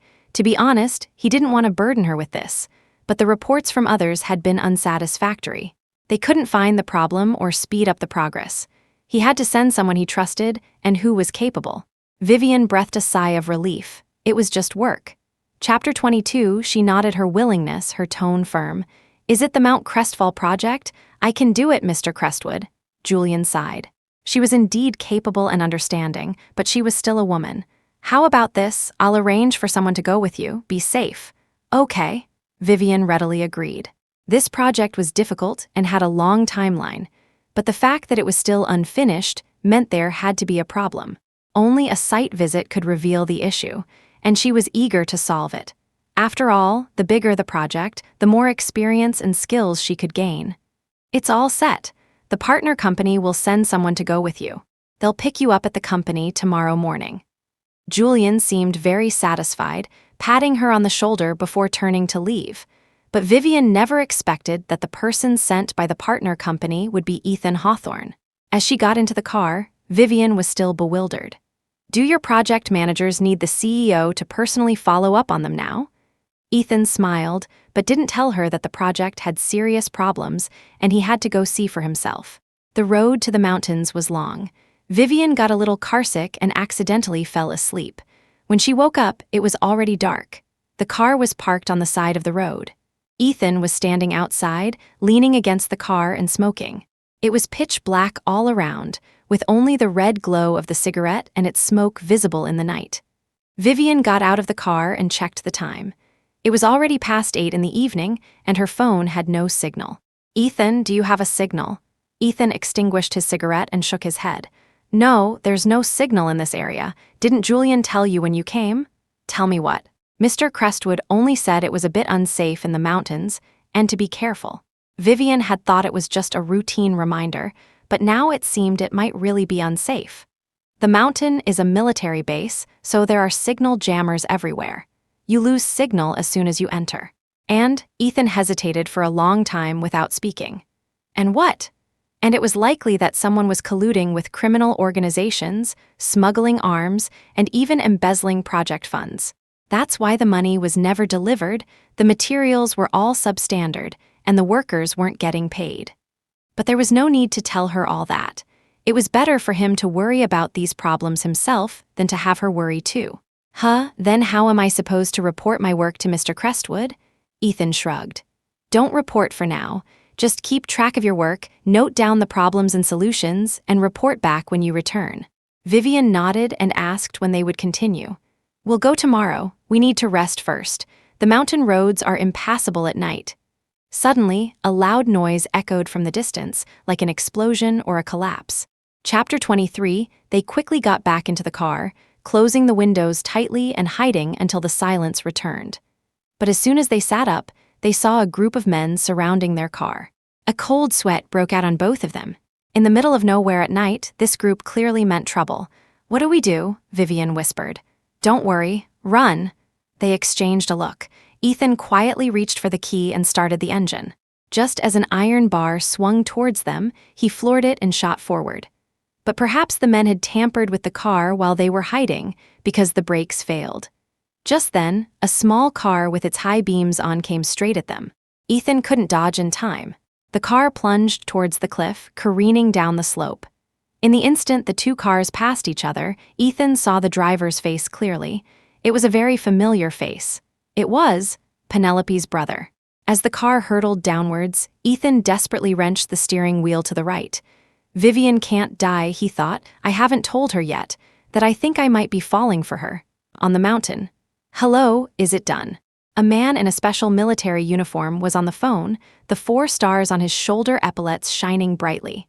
An unknown voice came from the other end, and his serious expression suddenly relaxed. "Good. Thank you for your hard work. You can go back now." The man hung up and then dialed another number.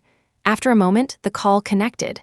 After a brief exchange, the man said, "Your son did a good job on this. He solved a pressing problem for me. But for his safety, you should arrange for him to go abroad and lie low for a while." The first thing Vivian did when she woke up was to check on Ethan. They were lucky. They hadn't gone over the cliff but had been stopped by trees on the slope, wedged between 2 of them. Since Ethan's side was facing downwards, she hadn't been seriously injured in the back. But his situation was not good. The airbag had been punctured by a branch and hadn't cushioned the impact. The car window was shattered and broken glass covered Ethan. His head and body were covered in blood. Vivian was terrified, speechless for a moment. After a while, she finally remembered to look for her phone, but the screen was shattered and unusable. She unbuckled her seatbelt and, enduring the pain all over her body, crawled to find Ethan's phone. After a long search, she found it in the crack of the seat. Fortunately, it still worked. She dialed the emergency rescue number and gave them their approximate location and the details of the injuries.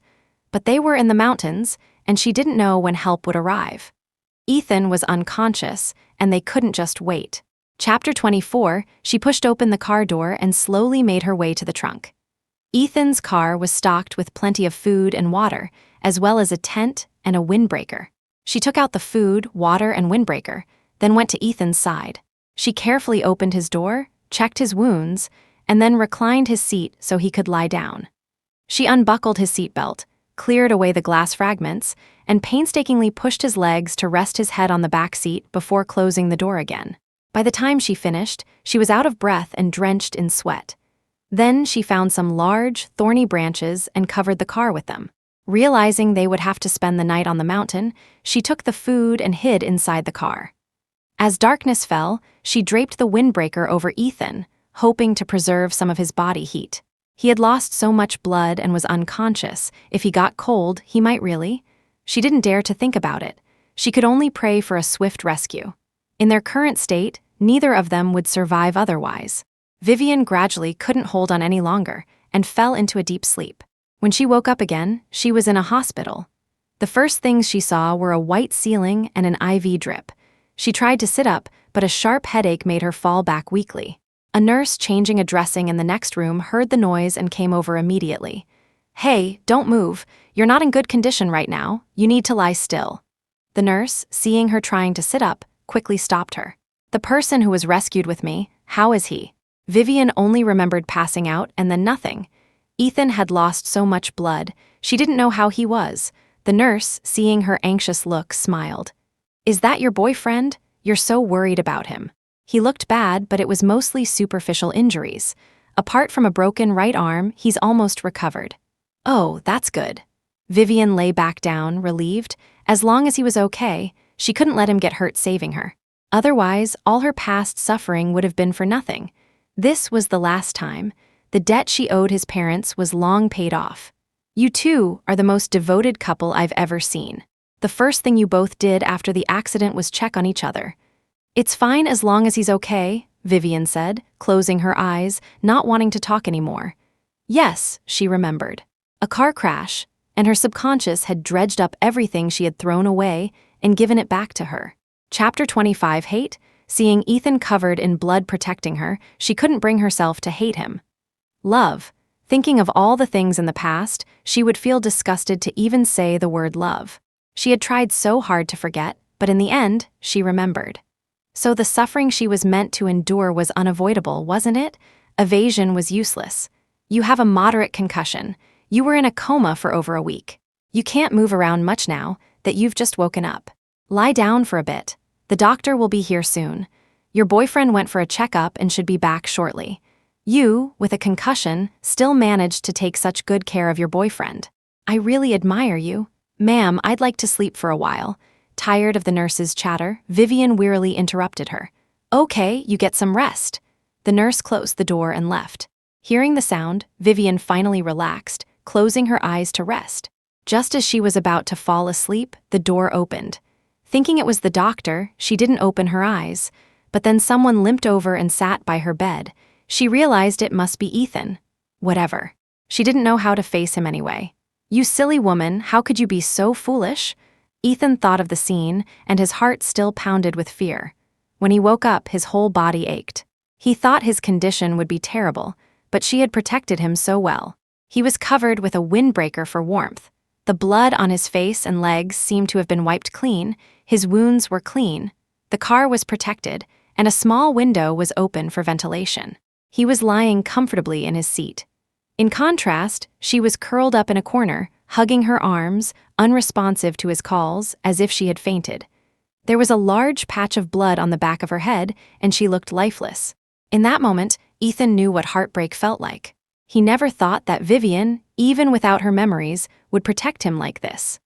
Recalling how he had treated her for the past 3 years, he clenched his jaw, almost unable to suppress the sob rising in his throat.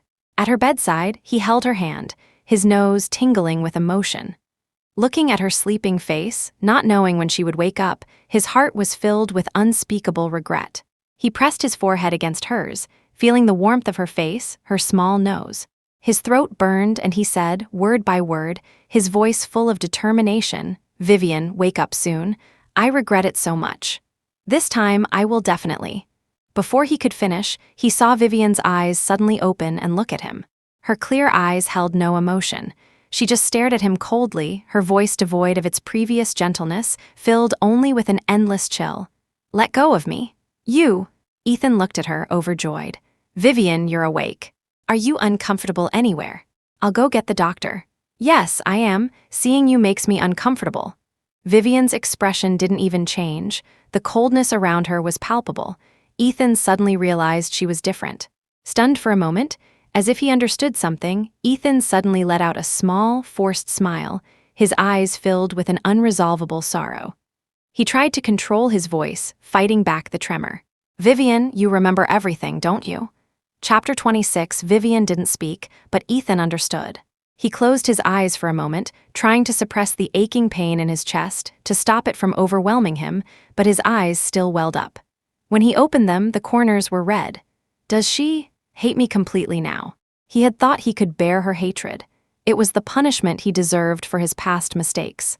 But now, actually feeling that hatred, he realized how naive he had been. The person he thought he had finally found again was lost once more. He had hurt her when she loved him. He had forced her when she had finally forgot. Now that she remembered everything, he had only just realized his own love. But she didn't want him anymore. You love the passionate allure of a red rose, willing to do anything to have it. But the rose rejects your company. If you had never possessed the rose, you might regret not having it, or be angry at its aloofness. But what if that rose was once yours? Regret and remorse are never the same. After being discharged, Vivian went back to work for Julian Crestwood. But perhaps because she now remembered everything about Ethan, which also included a lot about Julian, she couldn't help but be suspicious of him, even though she had never met him before. She knew he had once liked Penelope. As if hearing her inner turmoil, her friend in the US emailed her back. She opened it. The body of the email contained only a few words. Too many connections, not safe for email. 2 days from now, 4 p.m., Lido Cafe, we'll talk. Vivian's heart pounded. She looked up at Julian, who was separated from her by only a glass door. As if sensing her gaze, Julian looked up at her. Vivian forced a smile and went back to her work, but her mind was racing, trying to decipher the meaning of too many connections. Did it mean he had too many connections, or that he had done things that involved too many people? Not safe for email meant there was information that couldn't be left as a digital trail. What could possibly make a senior intelligence agent travel all the way from abroad to deliver a message to her in person? It was then that Vivian finally understood the true meaning of Ethan's warning about Julian. Julian Crestwood was far from the harmless man he appeared to be. 2 days later, Vivian went to the cafe as planned.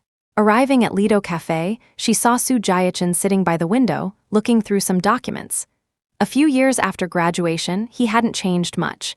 He still had that detached, worldly air. Jiachin, long time no see. Sorry I'm late. Vivian sat down opposite him, smiling. Chapter 27. No, I was early. What would you like to drink? Su Jiachin pushed the menu towards her. After ordering, Vivian looked up at him, silent. Su Jiachin sighed, understanding her unspoken question, but he first explained the situation. Vivian, before we start, I have to tell you that everything we say from now on will be recorded. There's a camera over there. I checked with the staff before you arrived to make sure it's working. The atmosphere suddenly became tense. Vivian, as if still processing, stiffly replied, Okay. Vivian, I'm telling you this because what I'm about to say might be beyond your imagination. I will also save the recording and surveillance footage afterward. This is to protect us. Do you understand? Vivian nodded, but a part of her wanted to back out. She had a bad feeling about where this was going. Okay, then take a look at this first. Su Jiachin handed her a file. It was a person's profile, but it was incredibly sparse. Besides a name, gender, and age, there was almost nothing. The photo was blacked out, and all personal information was listed as empty. Vivian looked at him, confused, not understanding what this meant. Just remember the name, Su Jiachin said, seeing her confusion, and handed her another file. This one was completely different. It was Julian Crestwood's file, detailing every major and minor event in his life from birth to the present. Vivian scanned through it, at first casually, but soon her brow furrowed, her face filled with shock. Jiachin, what's written here? As she read on, she gasped, her heart pounding. Yes, I can guarantee its authenticity. He and Penelope, Vivian hesitated, but saw Su Jiachin nod. Yes, Julian and Penelope have been in contact all along. Penelope went abroad 3 years ago to be with Julian and has been by his side ever since. Then why did Penelope suddenly come back? Vivian didn't understand. If Penelope had left for Julian 3 years ago, why would she leave him now and come back? Because something happened to the Vance family, and this incident probably revealed a past secret to Penelope. Su Jiachin gave her a third file. This time, he didn't hand it to her directly, but opened it to a specific page. He looked her in the eye and said, "Vivian, you know some of what's in here, but I hope you're prepared and can remain calm." A sense of dread washed over Vivian, as if something terrible was about to happen. Vivian took a deep breath, composed herself, and nodded firmly at Sujayachan. "Start reading from here. You know most of the earlier parts." This file was about the Hawthorne family. Chapter 28, Vivian stared at the photo of Mr. and Mrs. Hawthorne, momentarily stunned, her eyes filling with tears. She closed her eyes and continued reading. But as she read on, tears streamed down her face like a broken dam. She clutched her chest, buried her head, and whispered repeatedly, "Impossible, impossible. How could this be? Vivian?" Sujayachan understood her pain. He had read her file, Mr. and Mrs. Hawthorne had been her saviors, her debt to them was immense. "Jayachan, sniff, it says, sniff." Vivian was crying too hard to speak. She wanted to force back the sob rising in her throat and ask him if what was written was true, but before she could finish, she saw him nod. Why, they were so good. She had suspected their car crash might not have been an accident. But since old Master Hawthorne had investigated for so long without finding anything, she had assumed it was just a tragic accident. But the Hawthornes? "You want to ask why old Master Hawthorne couldn't find out, right?" Sujayachan asked. Vivian nodded. She didn't understand how he could find out in such a short time what the old man couldn't uncover in years. Sujayachan was silent for a moment. "Vivian, remember the first file? The one where I told you to remember the name? Do you still remember it?" Vivian stared at him blankly. The one with only the most basic information, not even a photo. She remembered. His name was Su Mingqiang. "Su Mingqiang," they said in unison. Sujayachan continued with a bitter smile, "Su Mingqiang is my uncle and also the vice mayor of Faircastle. All I can tell you is that he has been secretly cooperating with the Vance family. 10 years ago, when the car crash happened, the Vance and Hawthorne families were competing for the development rights to a piece of land." Vivian looked terrified, her eyes wide, her mouth slightly agape, unable to speak. Sujayachan gave her time to process, waiting quietly. You. After a long moment, Vivian finally stammered, "How could you?" "Vivian, when you emailed me for help, I never expected to uncover so much. But I can tell you that even if you took this to report my uncle, all the evidence and materials would probably be destroyed before they even left Faircastle. So don't investigate any further. You now know that the Vance family was behind the deaths of Mr. and Mrs. Hawthorne. You can leak some information to old Master Hawthorne and let him investigate himself. My uncle has been promoted and transferred. His ties with the Vance family will only weaken from now on. Do you understand what I'm saying?" Chapter 29, Vivian stared at him. She understood. From now on, the Vance family would no longer be protected. In fact, they would need a convenient way to ensure their secret was kept forever, and the Hawthorne family was that opportunity. So Sujayachan came today too. "Is this your uncle's idea?" Vivian's eyes were full of complex emotions. She wanted to know if she was being used, if Sujayachan was using her to pass information to the Hawthorne family. What a brilliant move to burn the bridge and use someone else's hand to kill. Her expression and her question said it all. She truly understood.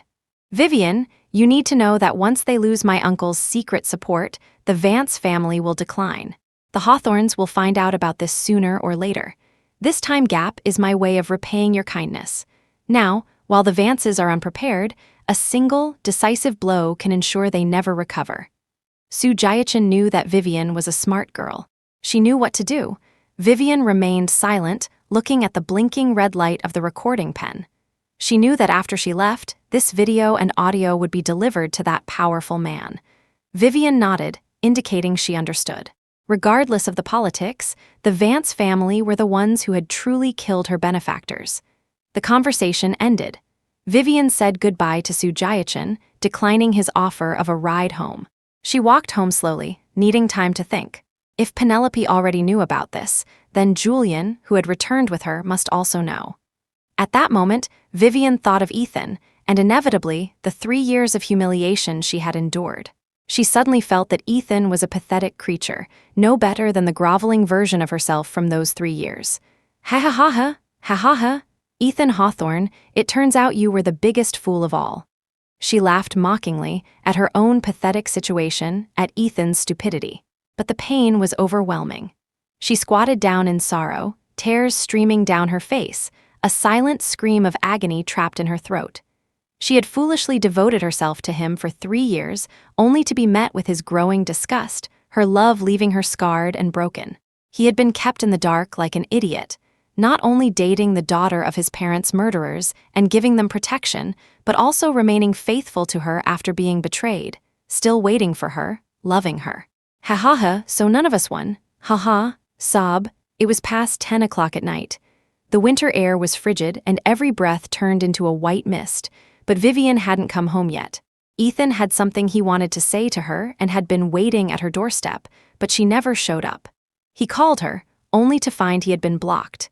Hearing the robotic female voice on the other end, an undeniable pain flashed in his eyes.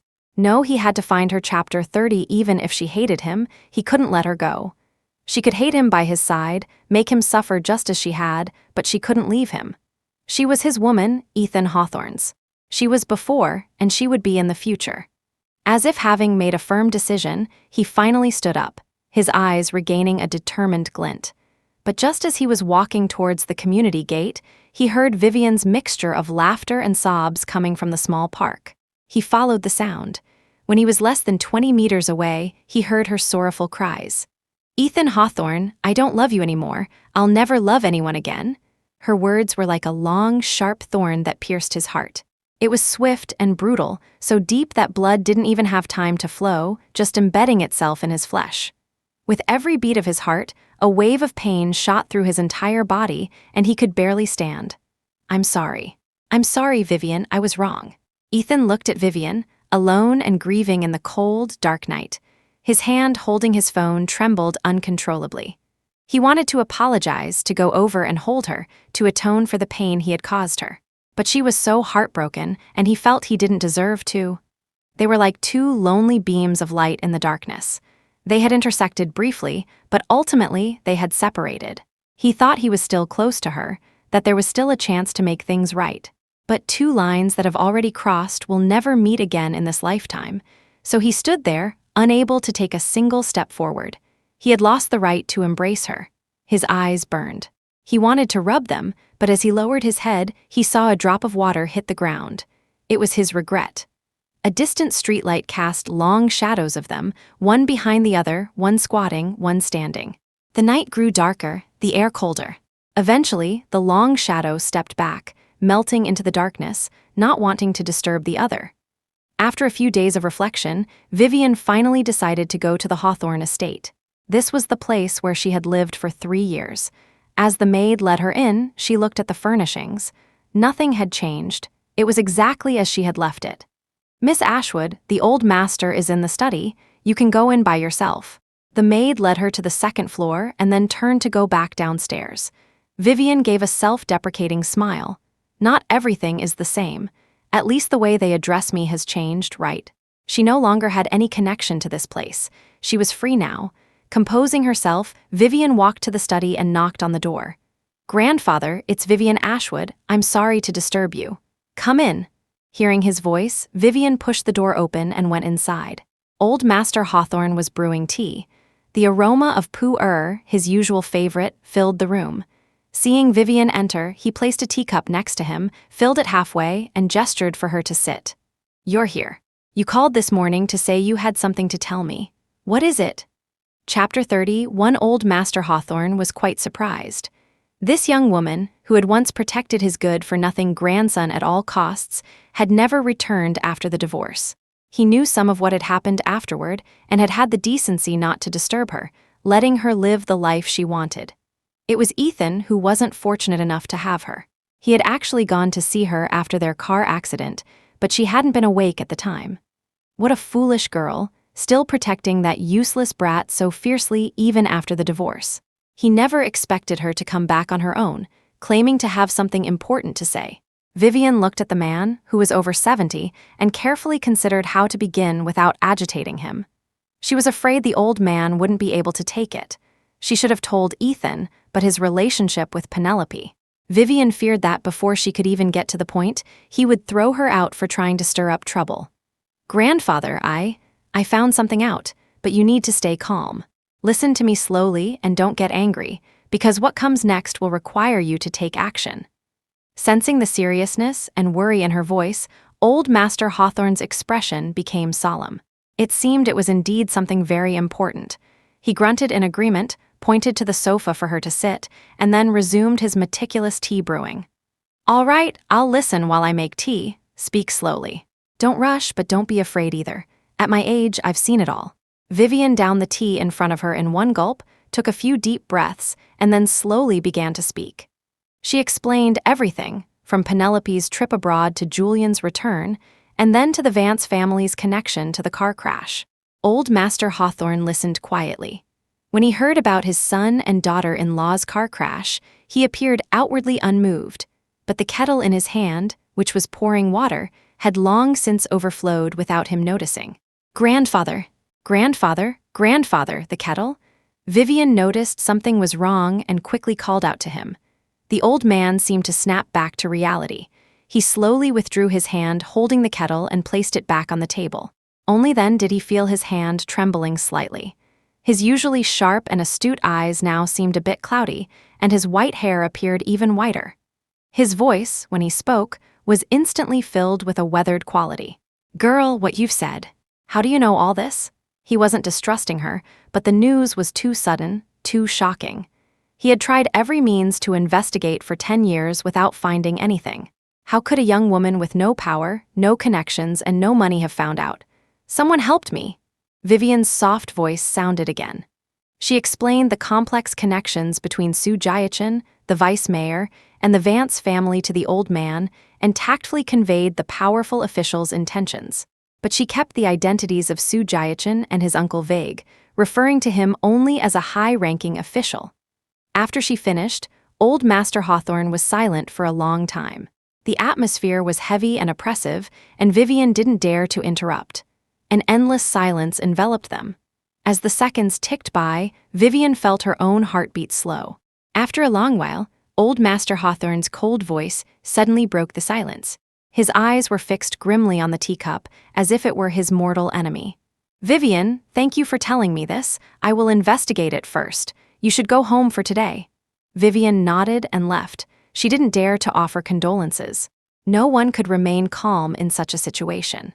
Your own son and daughter-in-law murdered, and after years of investigation, you can't even find a trace. Now the truth has finally surfaced, but it's because the culprit's backer is using you as a weapon to eliminate them. No one could bear it. The old man was already being remarkably calm. Long after Vivian left, the sky grew dark. The study remained unlit and silent, until the night had fully set in and the moon hung high in the sky. A loud crash suddenly echoed from the study, accompanied by the sound of shattering porcelain reverberating throughout the Hawthorne estate. It was like a long-suppressed explosion. He had overturned the table and smashed the teacups. The butler waiting downstairs was terrified and rushed upstairs, only to hear the old man's voice, filled with desolation and rage, pierce the night. "Where is that scoundrel Ethan Hawthorne? Get him back here now."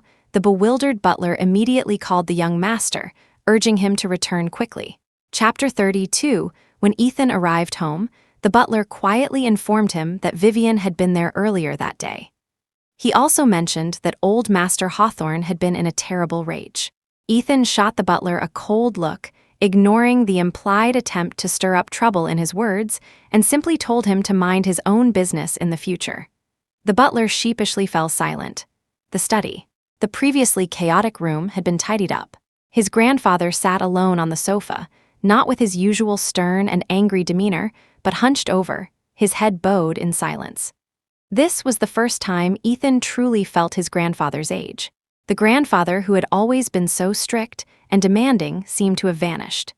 He walked in and stood before old Master Hawthorne, asking in a low voice what was so urgent that he had to be summoned back. The old man looked up at him, smelling the reek of alcohol and perfume, and asked in a heavy voice, "Where were you tonight? Still fooling around with that Vance girl?" Ethan frowned. Although he now understood his feelings for Vivian, Penelope was still his first love. He didn't want anyone, not even his grandfather, to speak ill of her. But he could also sense that something was off with his grandfather today. He had been at a business dinner tonight. Although they hadn't gone together, Penelope had been there too. He obediently nodded, about to offer an explanation, but his grandfather didn't give him the chance. Seeing him nod, the old man got up and left the study, saying as he walked, "Follow me." He led him to the ancestral hall. Old Master Hawthorne lit incense for his son and daughter-in-law, then turned to Ethan and pointed at his parents' memorial tablets. "Go and kneel." Ethan didn't understand what was happening. Why was he being made to kneel in the ancestral hall out of the blue? He had just been at a business dinner for the family business. What had he done wrong to deserve this? Ethan stood rigidly, unwilling to kneel, and was about to protest when his grandfather's whip lashed out at him. "Grandfather, even if you beat me to death today, I don't think I've done anything wrong." Old Master Hawthorne kicked him in the back of the knee, forcing him to kneel, and then continued to whip him in a fury, his voice trembling. Fine, then I'll beat you until you can't stand up." As the whip struck him again and again, the crack, crack sound reminded him of the last time he had been whipped, just a few months ago. Back then, Vivian was still his wife. When his grandfather had beaten him, she had shielded him. Now there was no Vivian to protect him. As the whip came down, he finally understood. It hurt this much. How had she endured it back then? And how, after being beaten, had she knelt in the ancestral hall for him all night? All for him, her husband who constantly humiliated and tormented her. And even then, it was because he had gotten into a fight over another woman. The heartache for her and the humiliation of the moment flooded his mind. For a moment, he couldn't tell which was more painful, the whip on his body or the ache in his heart. When his grandfather's whip finally stopped, he still knelt with a straight back, refusing to admit any wrongdoing. But his grandfather seemed to have suddenly lost all his strength. He dropped the whip and slowly walked over to his father's memorial tablet. He supported himself with one hand on the altar, the other caressing the tablet. His back was deeply bent as he bowed towards the tablet, his voice old and desolate. "I've failed you. I've failed you both. It's my fault I didn't raise our grandson properly, that he's become like this. I'm old now, don't blame me." Ethan was shocked. In all his life, his grandfather had always been proud and upright, a man of unbending will who never bowed to anyone. He had always been strict in his upbringing of both his father and him. But what was his grandfather doing now? Chapter 33, he was bowing to his son, asking for forgiveness. Asking his son and daughter-in-law to forgive him for not raising their grandson well. Ethan desperately wanted to explain. He wanted to tell his grandfather, to tell his parents, that he hadn't been fooling around. He had been at a business dinner. He wanted to tell his grandfather not to apologize, that he had done nothing wrong. "Grandfather, let me explain. It was a business dinner. It wasn't just Penelope, Mr. Vance was there too." "Shut your mouth." Unexpectedly, his words seemed to strike a raw nerve. Old Master Hawthorne roared. "You worthless bastard, how dare you mention the Vance family in front of your parents? They are your father's murderers, you're spitting on your own father's grave." Ethan wanted to argue but caught a key phrase. He suddenly looked up at the old man, who was weeping before his son's memorial tablet. He felt as if he had been frozen, unable to move or think. "Grandfather, what are you talking about, murderers? How is that possible?" But old Master Hawthorne didn't answer him. He lowered his head and walked out of the ancestral hall. At the doorway, he looked back at him. "You will kneel here. Don't you dare come out until I say so. Reflect on your mistakes. I will investigate the car crash. We'll talk again when I have all the facts." Ethan lowered his head, silent. He thought his grandfather must be mistaken. How could it be the Vance family? Mr. Vance had always been on good terms with his parents. He and Penelope had grown up together, their families watching over them. How could it be? Right, the butler said Vivian had been here today. Could it be her? Had she remembered everything and come to take revenge on Penelope? No, that's not right. Ethan shook his head, trying to clear those thoughts. How could he think that of Vivian? She wasn't that kind of person. But still, how could it be the Vance family? And Penelope had just returned to the country. "It's okay," Ethan reassured himself. "Grandfather just made a mistake. It will be cleared up once he investigates." But if he wasn't certain, his grandfather wouldn't be so heartbroken, so furious. And so, after 2 days of turmoil and confusion, on the third day, what Ethan received was a pile of documents and evidence, all in black and white. It had been a long time, and some things were difficult to find. But in a way, they were also fortunate that so much time had passed. Because after all these years, the very thing the Vance family had relied on for protection had turned into a sharp knife pointed at their own throats. Thanks to their ally, some of the evidence had been preserved by the other party to blackmail and control the Vance family. Now, it was in old Master Hawthorne's hands, serving a different purpose. Ethan looked at his grandfather and the pile of evidence before him. The man who had always been so full of aggression now looked like a helpless child. Why? Ethan Hawthorne, do you remember now? The last lesson your parents taught you was that in business, there are no friends, only interests. Old Master Hawthorne saw his helplessness and shook his head.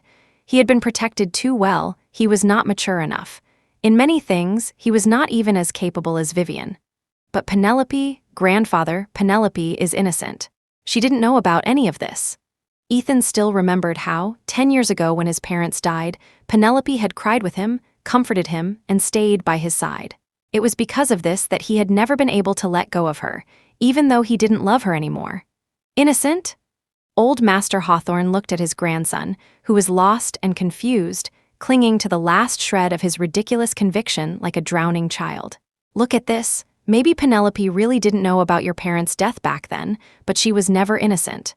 With that, he threw another file in front of him and shook his head. All this time, the only one who was a fool was you. Then he got up and left. Chapter 34. And so, Ethan knelt before his parents' memorial tablets, flipping through the pile of documents and photos, all of Penelope and Julian. There were pictures from their 3 years in America holding hands, embracing, kissing, even entering and leaving various private places together. There were also pictures from this past month after they returned in the car, at Penelope's doorstep, at Julian's company, in his home, all of them. Ethan looked through them one by one, his eyes growing redder, his beliefs crumbling bit by bit.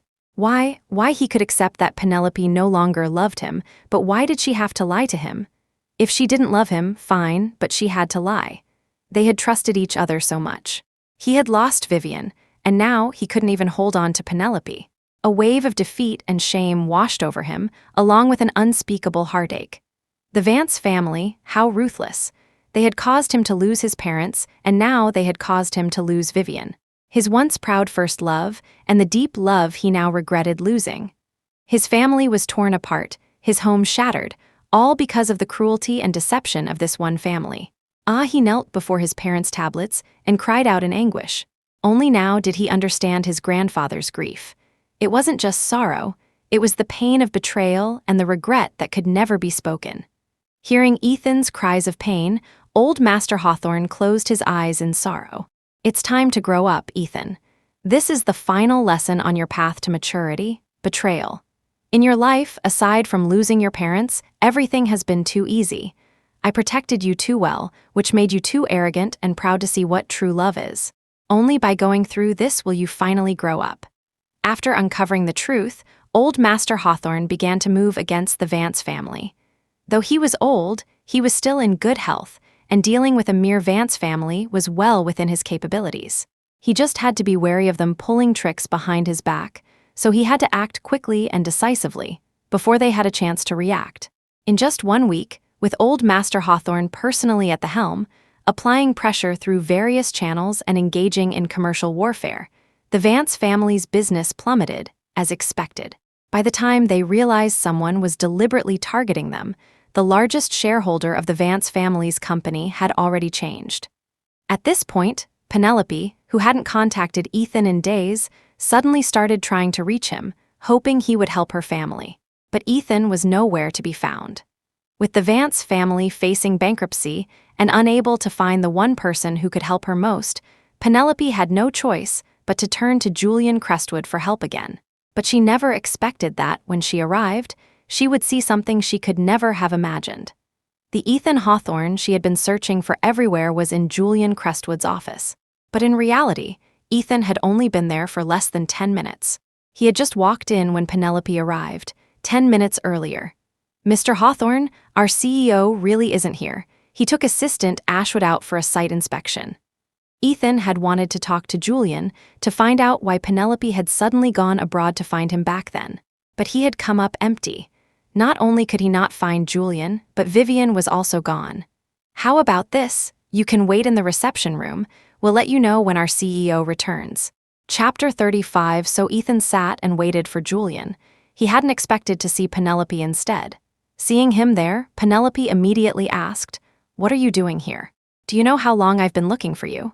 Ethan just smiled, his tone laced with a mocking, barely concealed resentment. "Miss Vance, where I am is none of your business.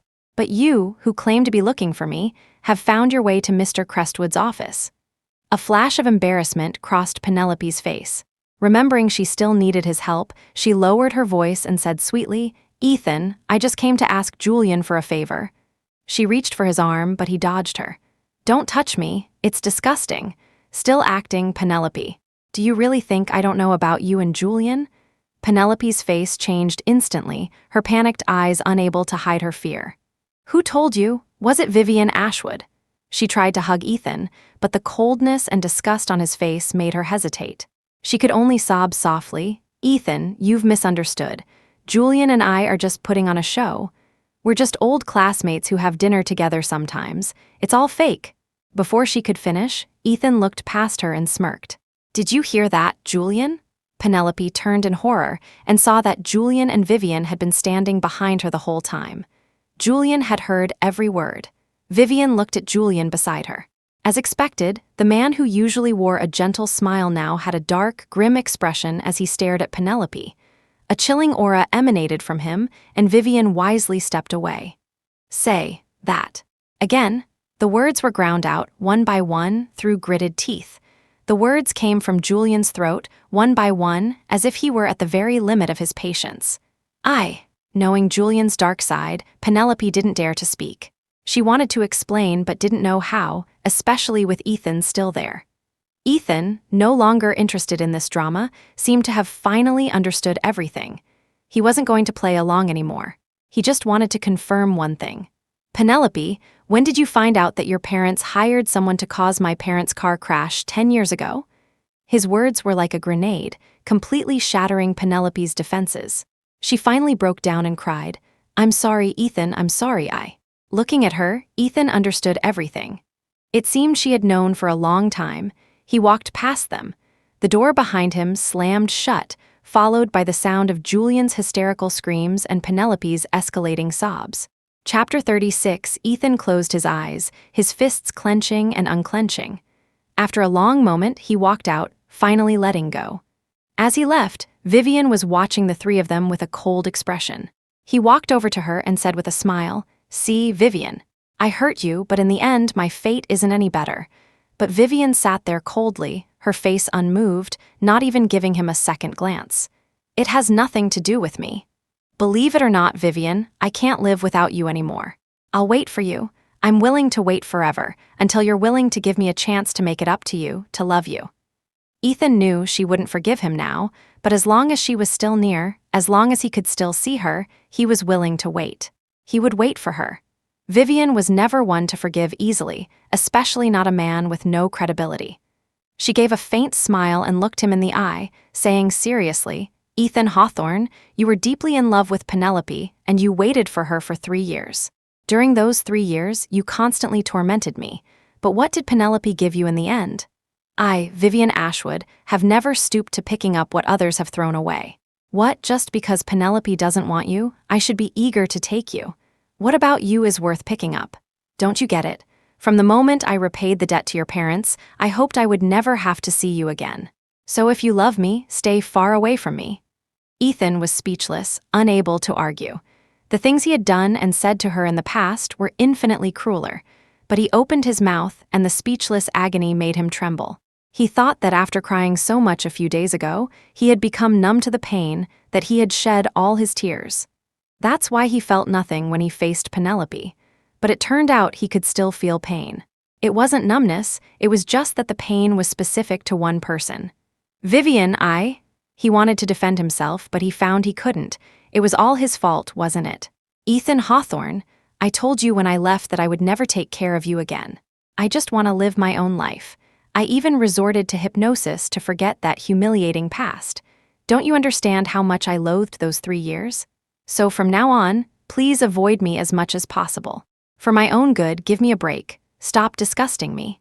With those final words, Vivian walked out of the office.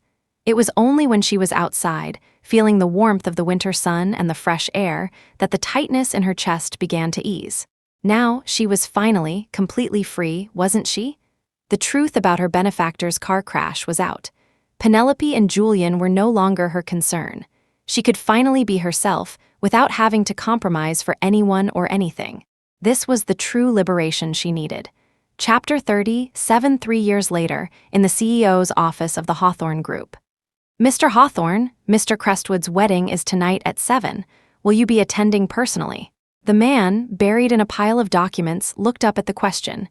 His glasses reflected the light, obscuring his eyes and his emotions. What's the date today? He asked after a moment of thought. The 18th, sir. Should I book your ticket in advance? The assistant, knowing what he meant, asked proactively. The 23rd was the birthday of their former boss's wife, Vivian Ashwood. Ever since Vivian had chosen to go abroad, Ethan's schedule around this time of year was always the same. He would go to see her a few days in advance, prepare a birthday surprise, bring her gifts from his grandfather, and some food from home. The first year, he had gone to see her more often than just for her birthday. He couldn't help himself, he went every 2 months. But she always refused to see him. When she did, she would give him a cold look and tell him to leave before he could even speak. If he waited at her doorstep, she would shut the door in his face. If he went to her university, she wouldn't even give him a glance. Until that winter, on her birthday, he started learning to cook her favorite dishes long in advance, learning to bake a cake. He practiced every day until the maid at home said the taste was right. Then he rented an apartment near her university in advance and relentlessly went to find her every day. Finally, one time, she stopped. Although her face was still impatient, at least she was willing to listen to him. Ethan Hawthorne, you keep coming to see me. What do you want to say? Vivian really didn't want to talk to him. At first, seeing him every day was truly annoying. But this past year, she had been alone in a foreign country, surrounded by unfamiliar faces and a strange language. Sometimes, she faced difficulties and discrimination. Although she could handle it, it left her feeling sad and lonely. And Ethan's periodic appearances, although they inevitably brought back painful memories, also sometimes gave her a strange sense of comfort, like meeting a familiar person in a strange land. So she thought maybe she should hear what he had to say. If he wanted to get back together, she would ignore him. But if it was just to chat as friends, maybe she would be willing. Vivian, I miss you so much. I want to hold you, he wanted to say. But Ethan knew that if he said those words, Vivian would turn and walk away. It's your birthday in a few days. Can we have a meal together? Grandfather also prepared a gift for you. Grandfather. Is he here? Had her birthday really come so soon? It had been a long, long time since anyone had celebrated her birthday. Her parents had always treated her as a commodity to be sold in the future. Forget celebrating her birthday. They probably didn't even remember when it was. She had never really had a concept of birthdays as a child. The first time she celebrated one was in college, with her roommates. That was when she learned that people celebrated growing a year older. But after marrying Ethan, no one celebrated her birthday anymore. He never cared when it was. Old Master Hawthorne actually remembered, but he was too busy.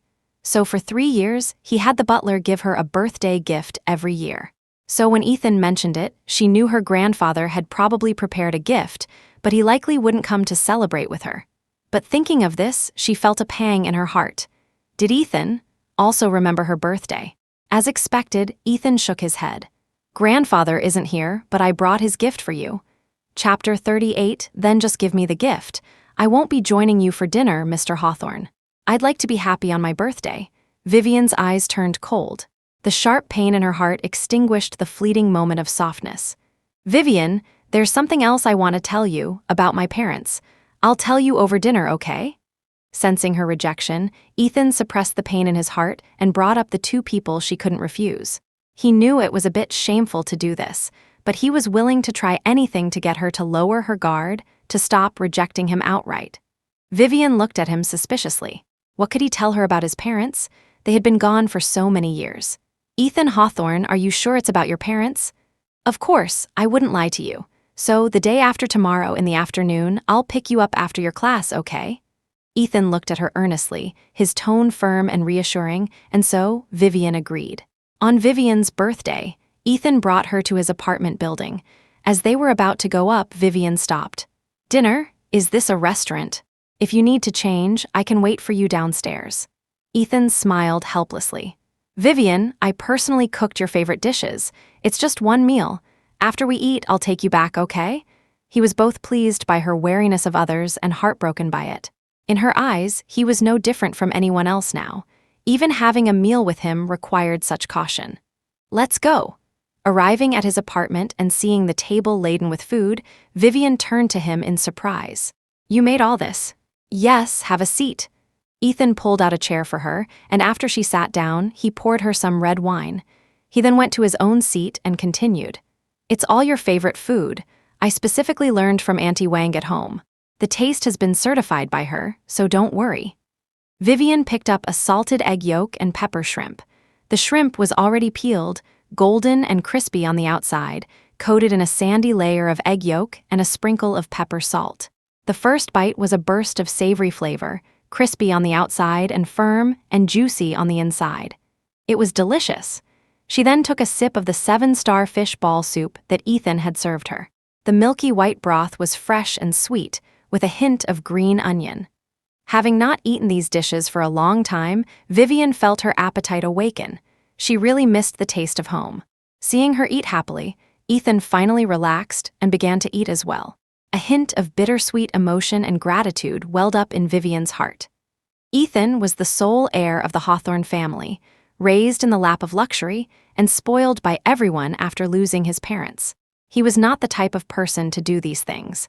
When she was his wife, her life revolved around him, his meals, his clothes, his daily arrangements.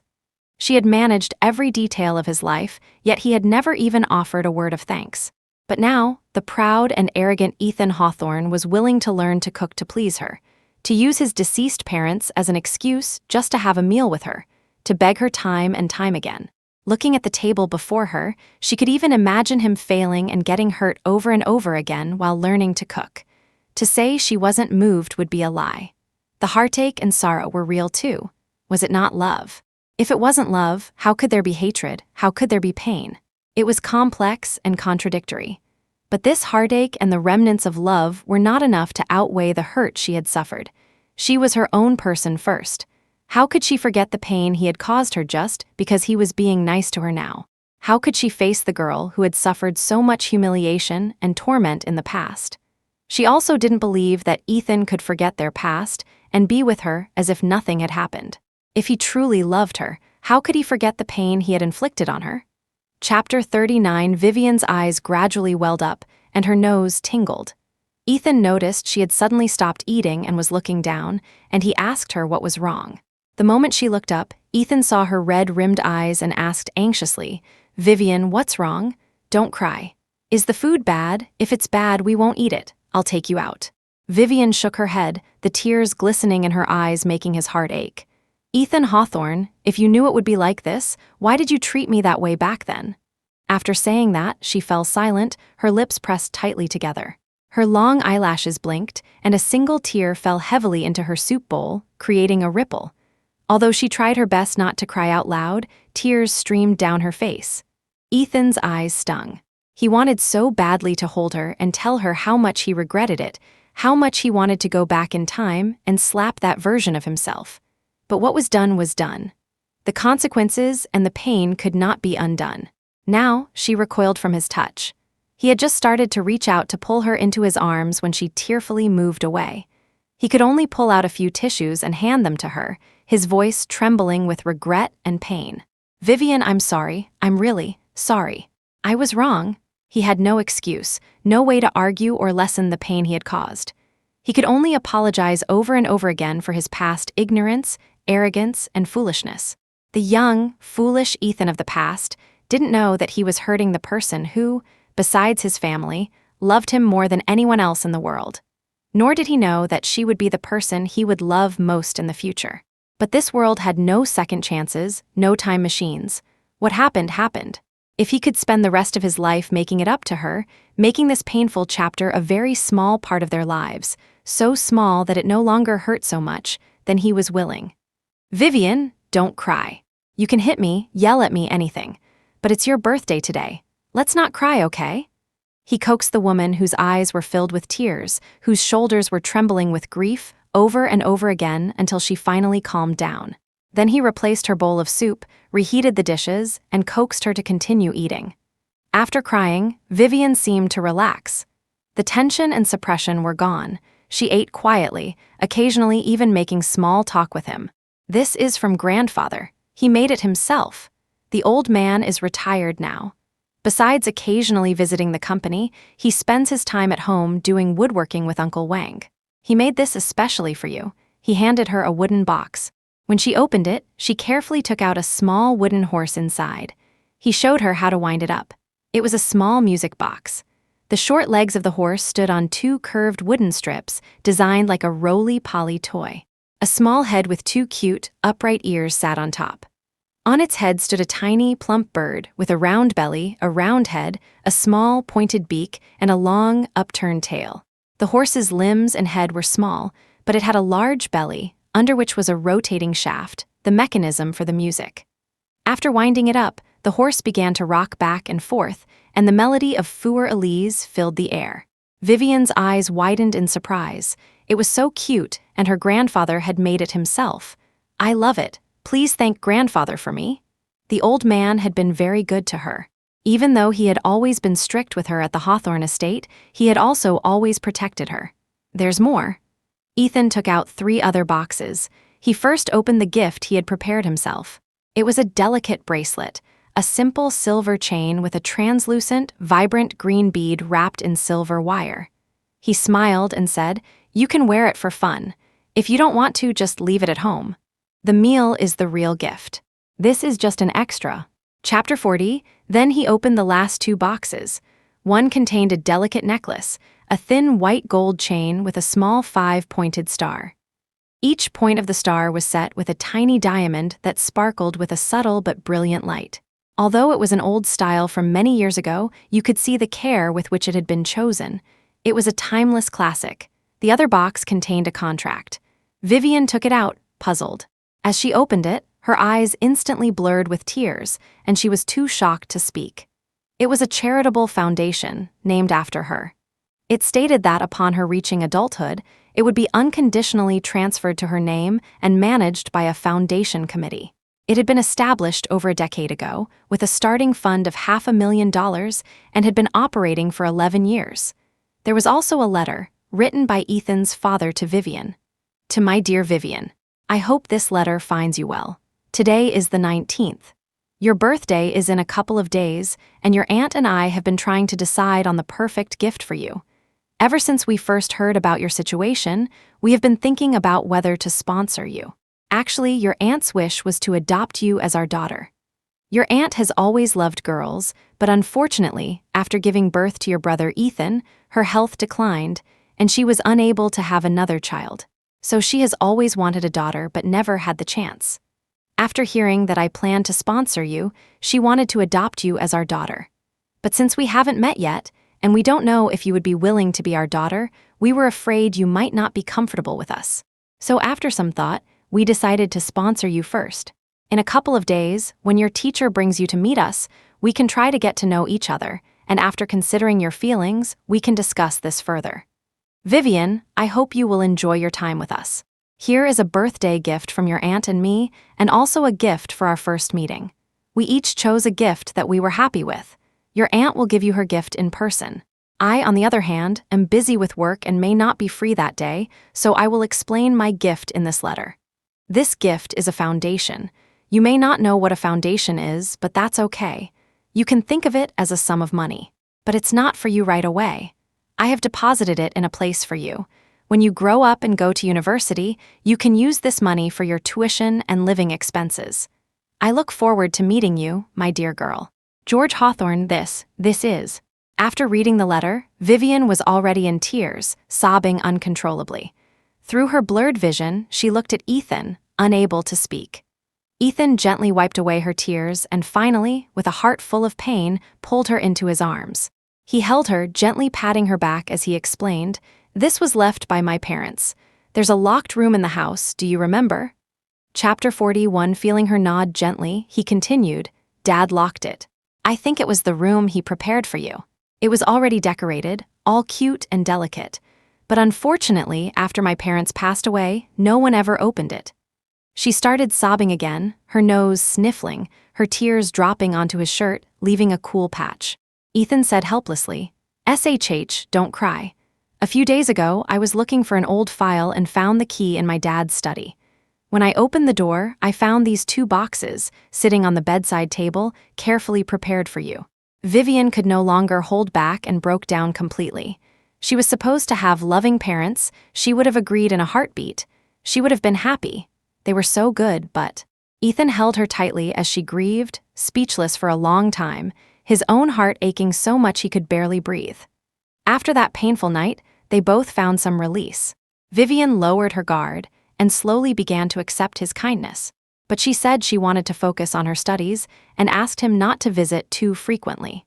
So they finally agreed that besides her winter and summer breaks, he would only visit her on her birthday. Thinking of this, Ethan put down the file in his hands, picked up his phone, and saw that she still hadn't replied. It seemed he needed to get over there quickly. He didn't know what was wrong with his girl. She hadn't replied to his messages since last night.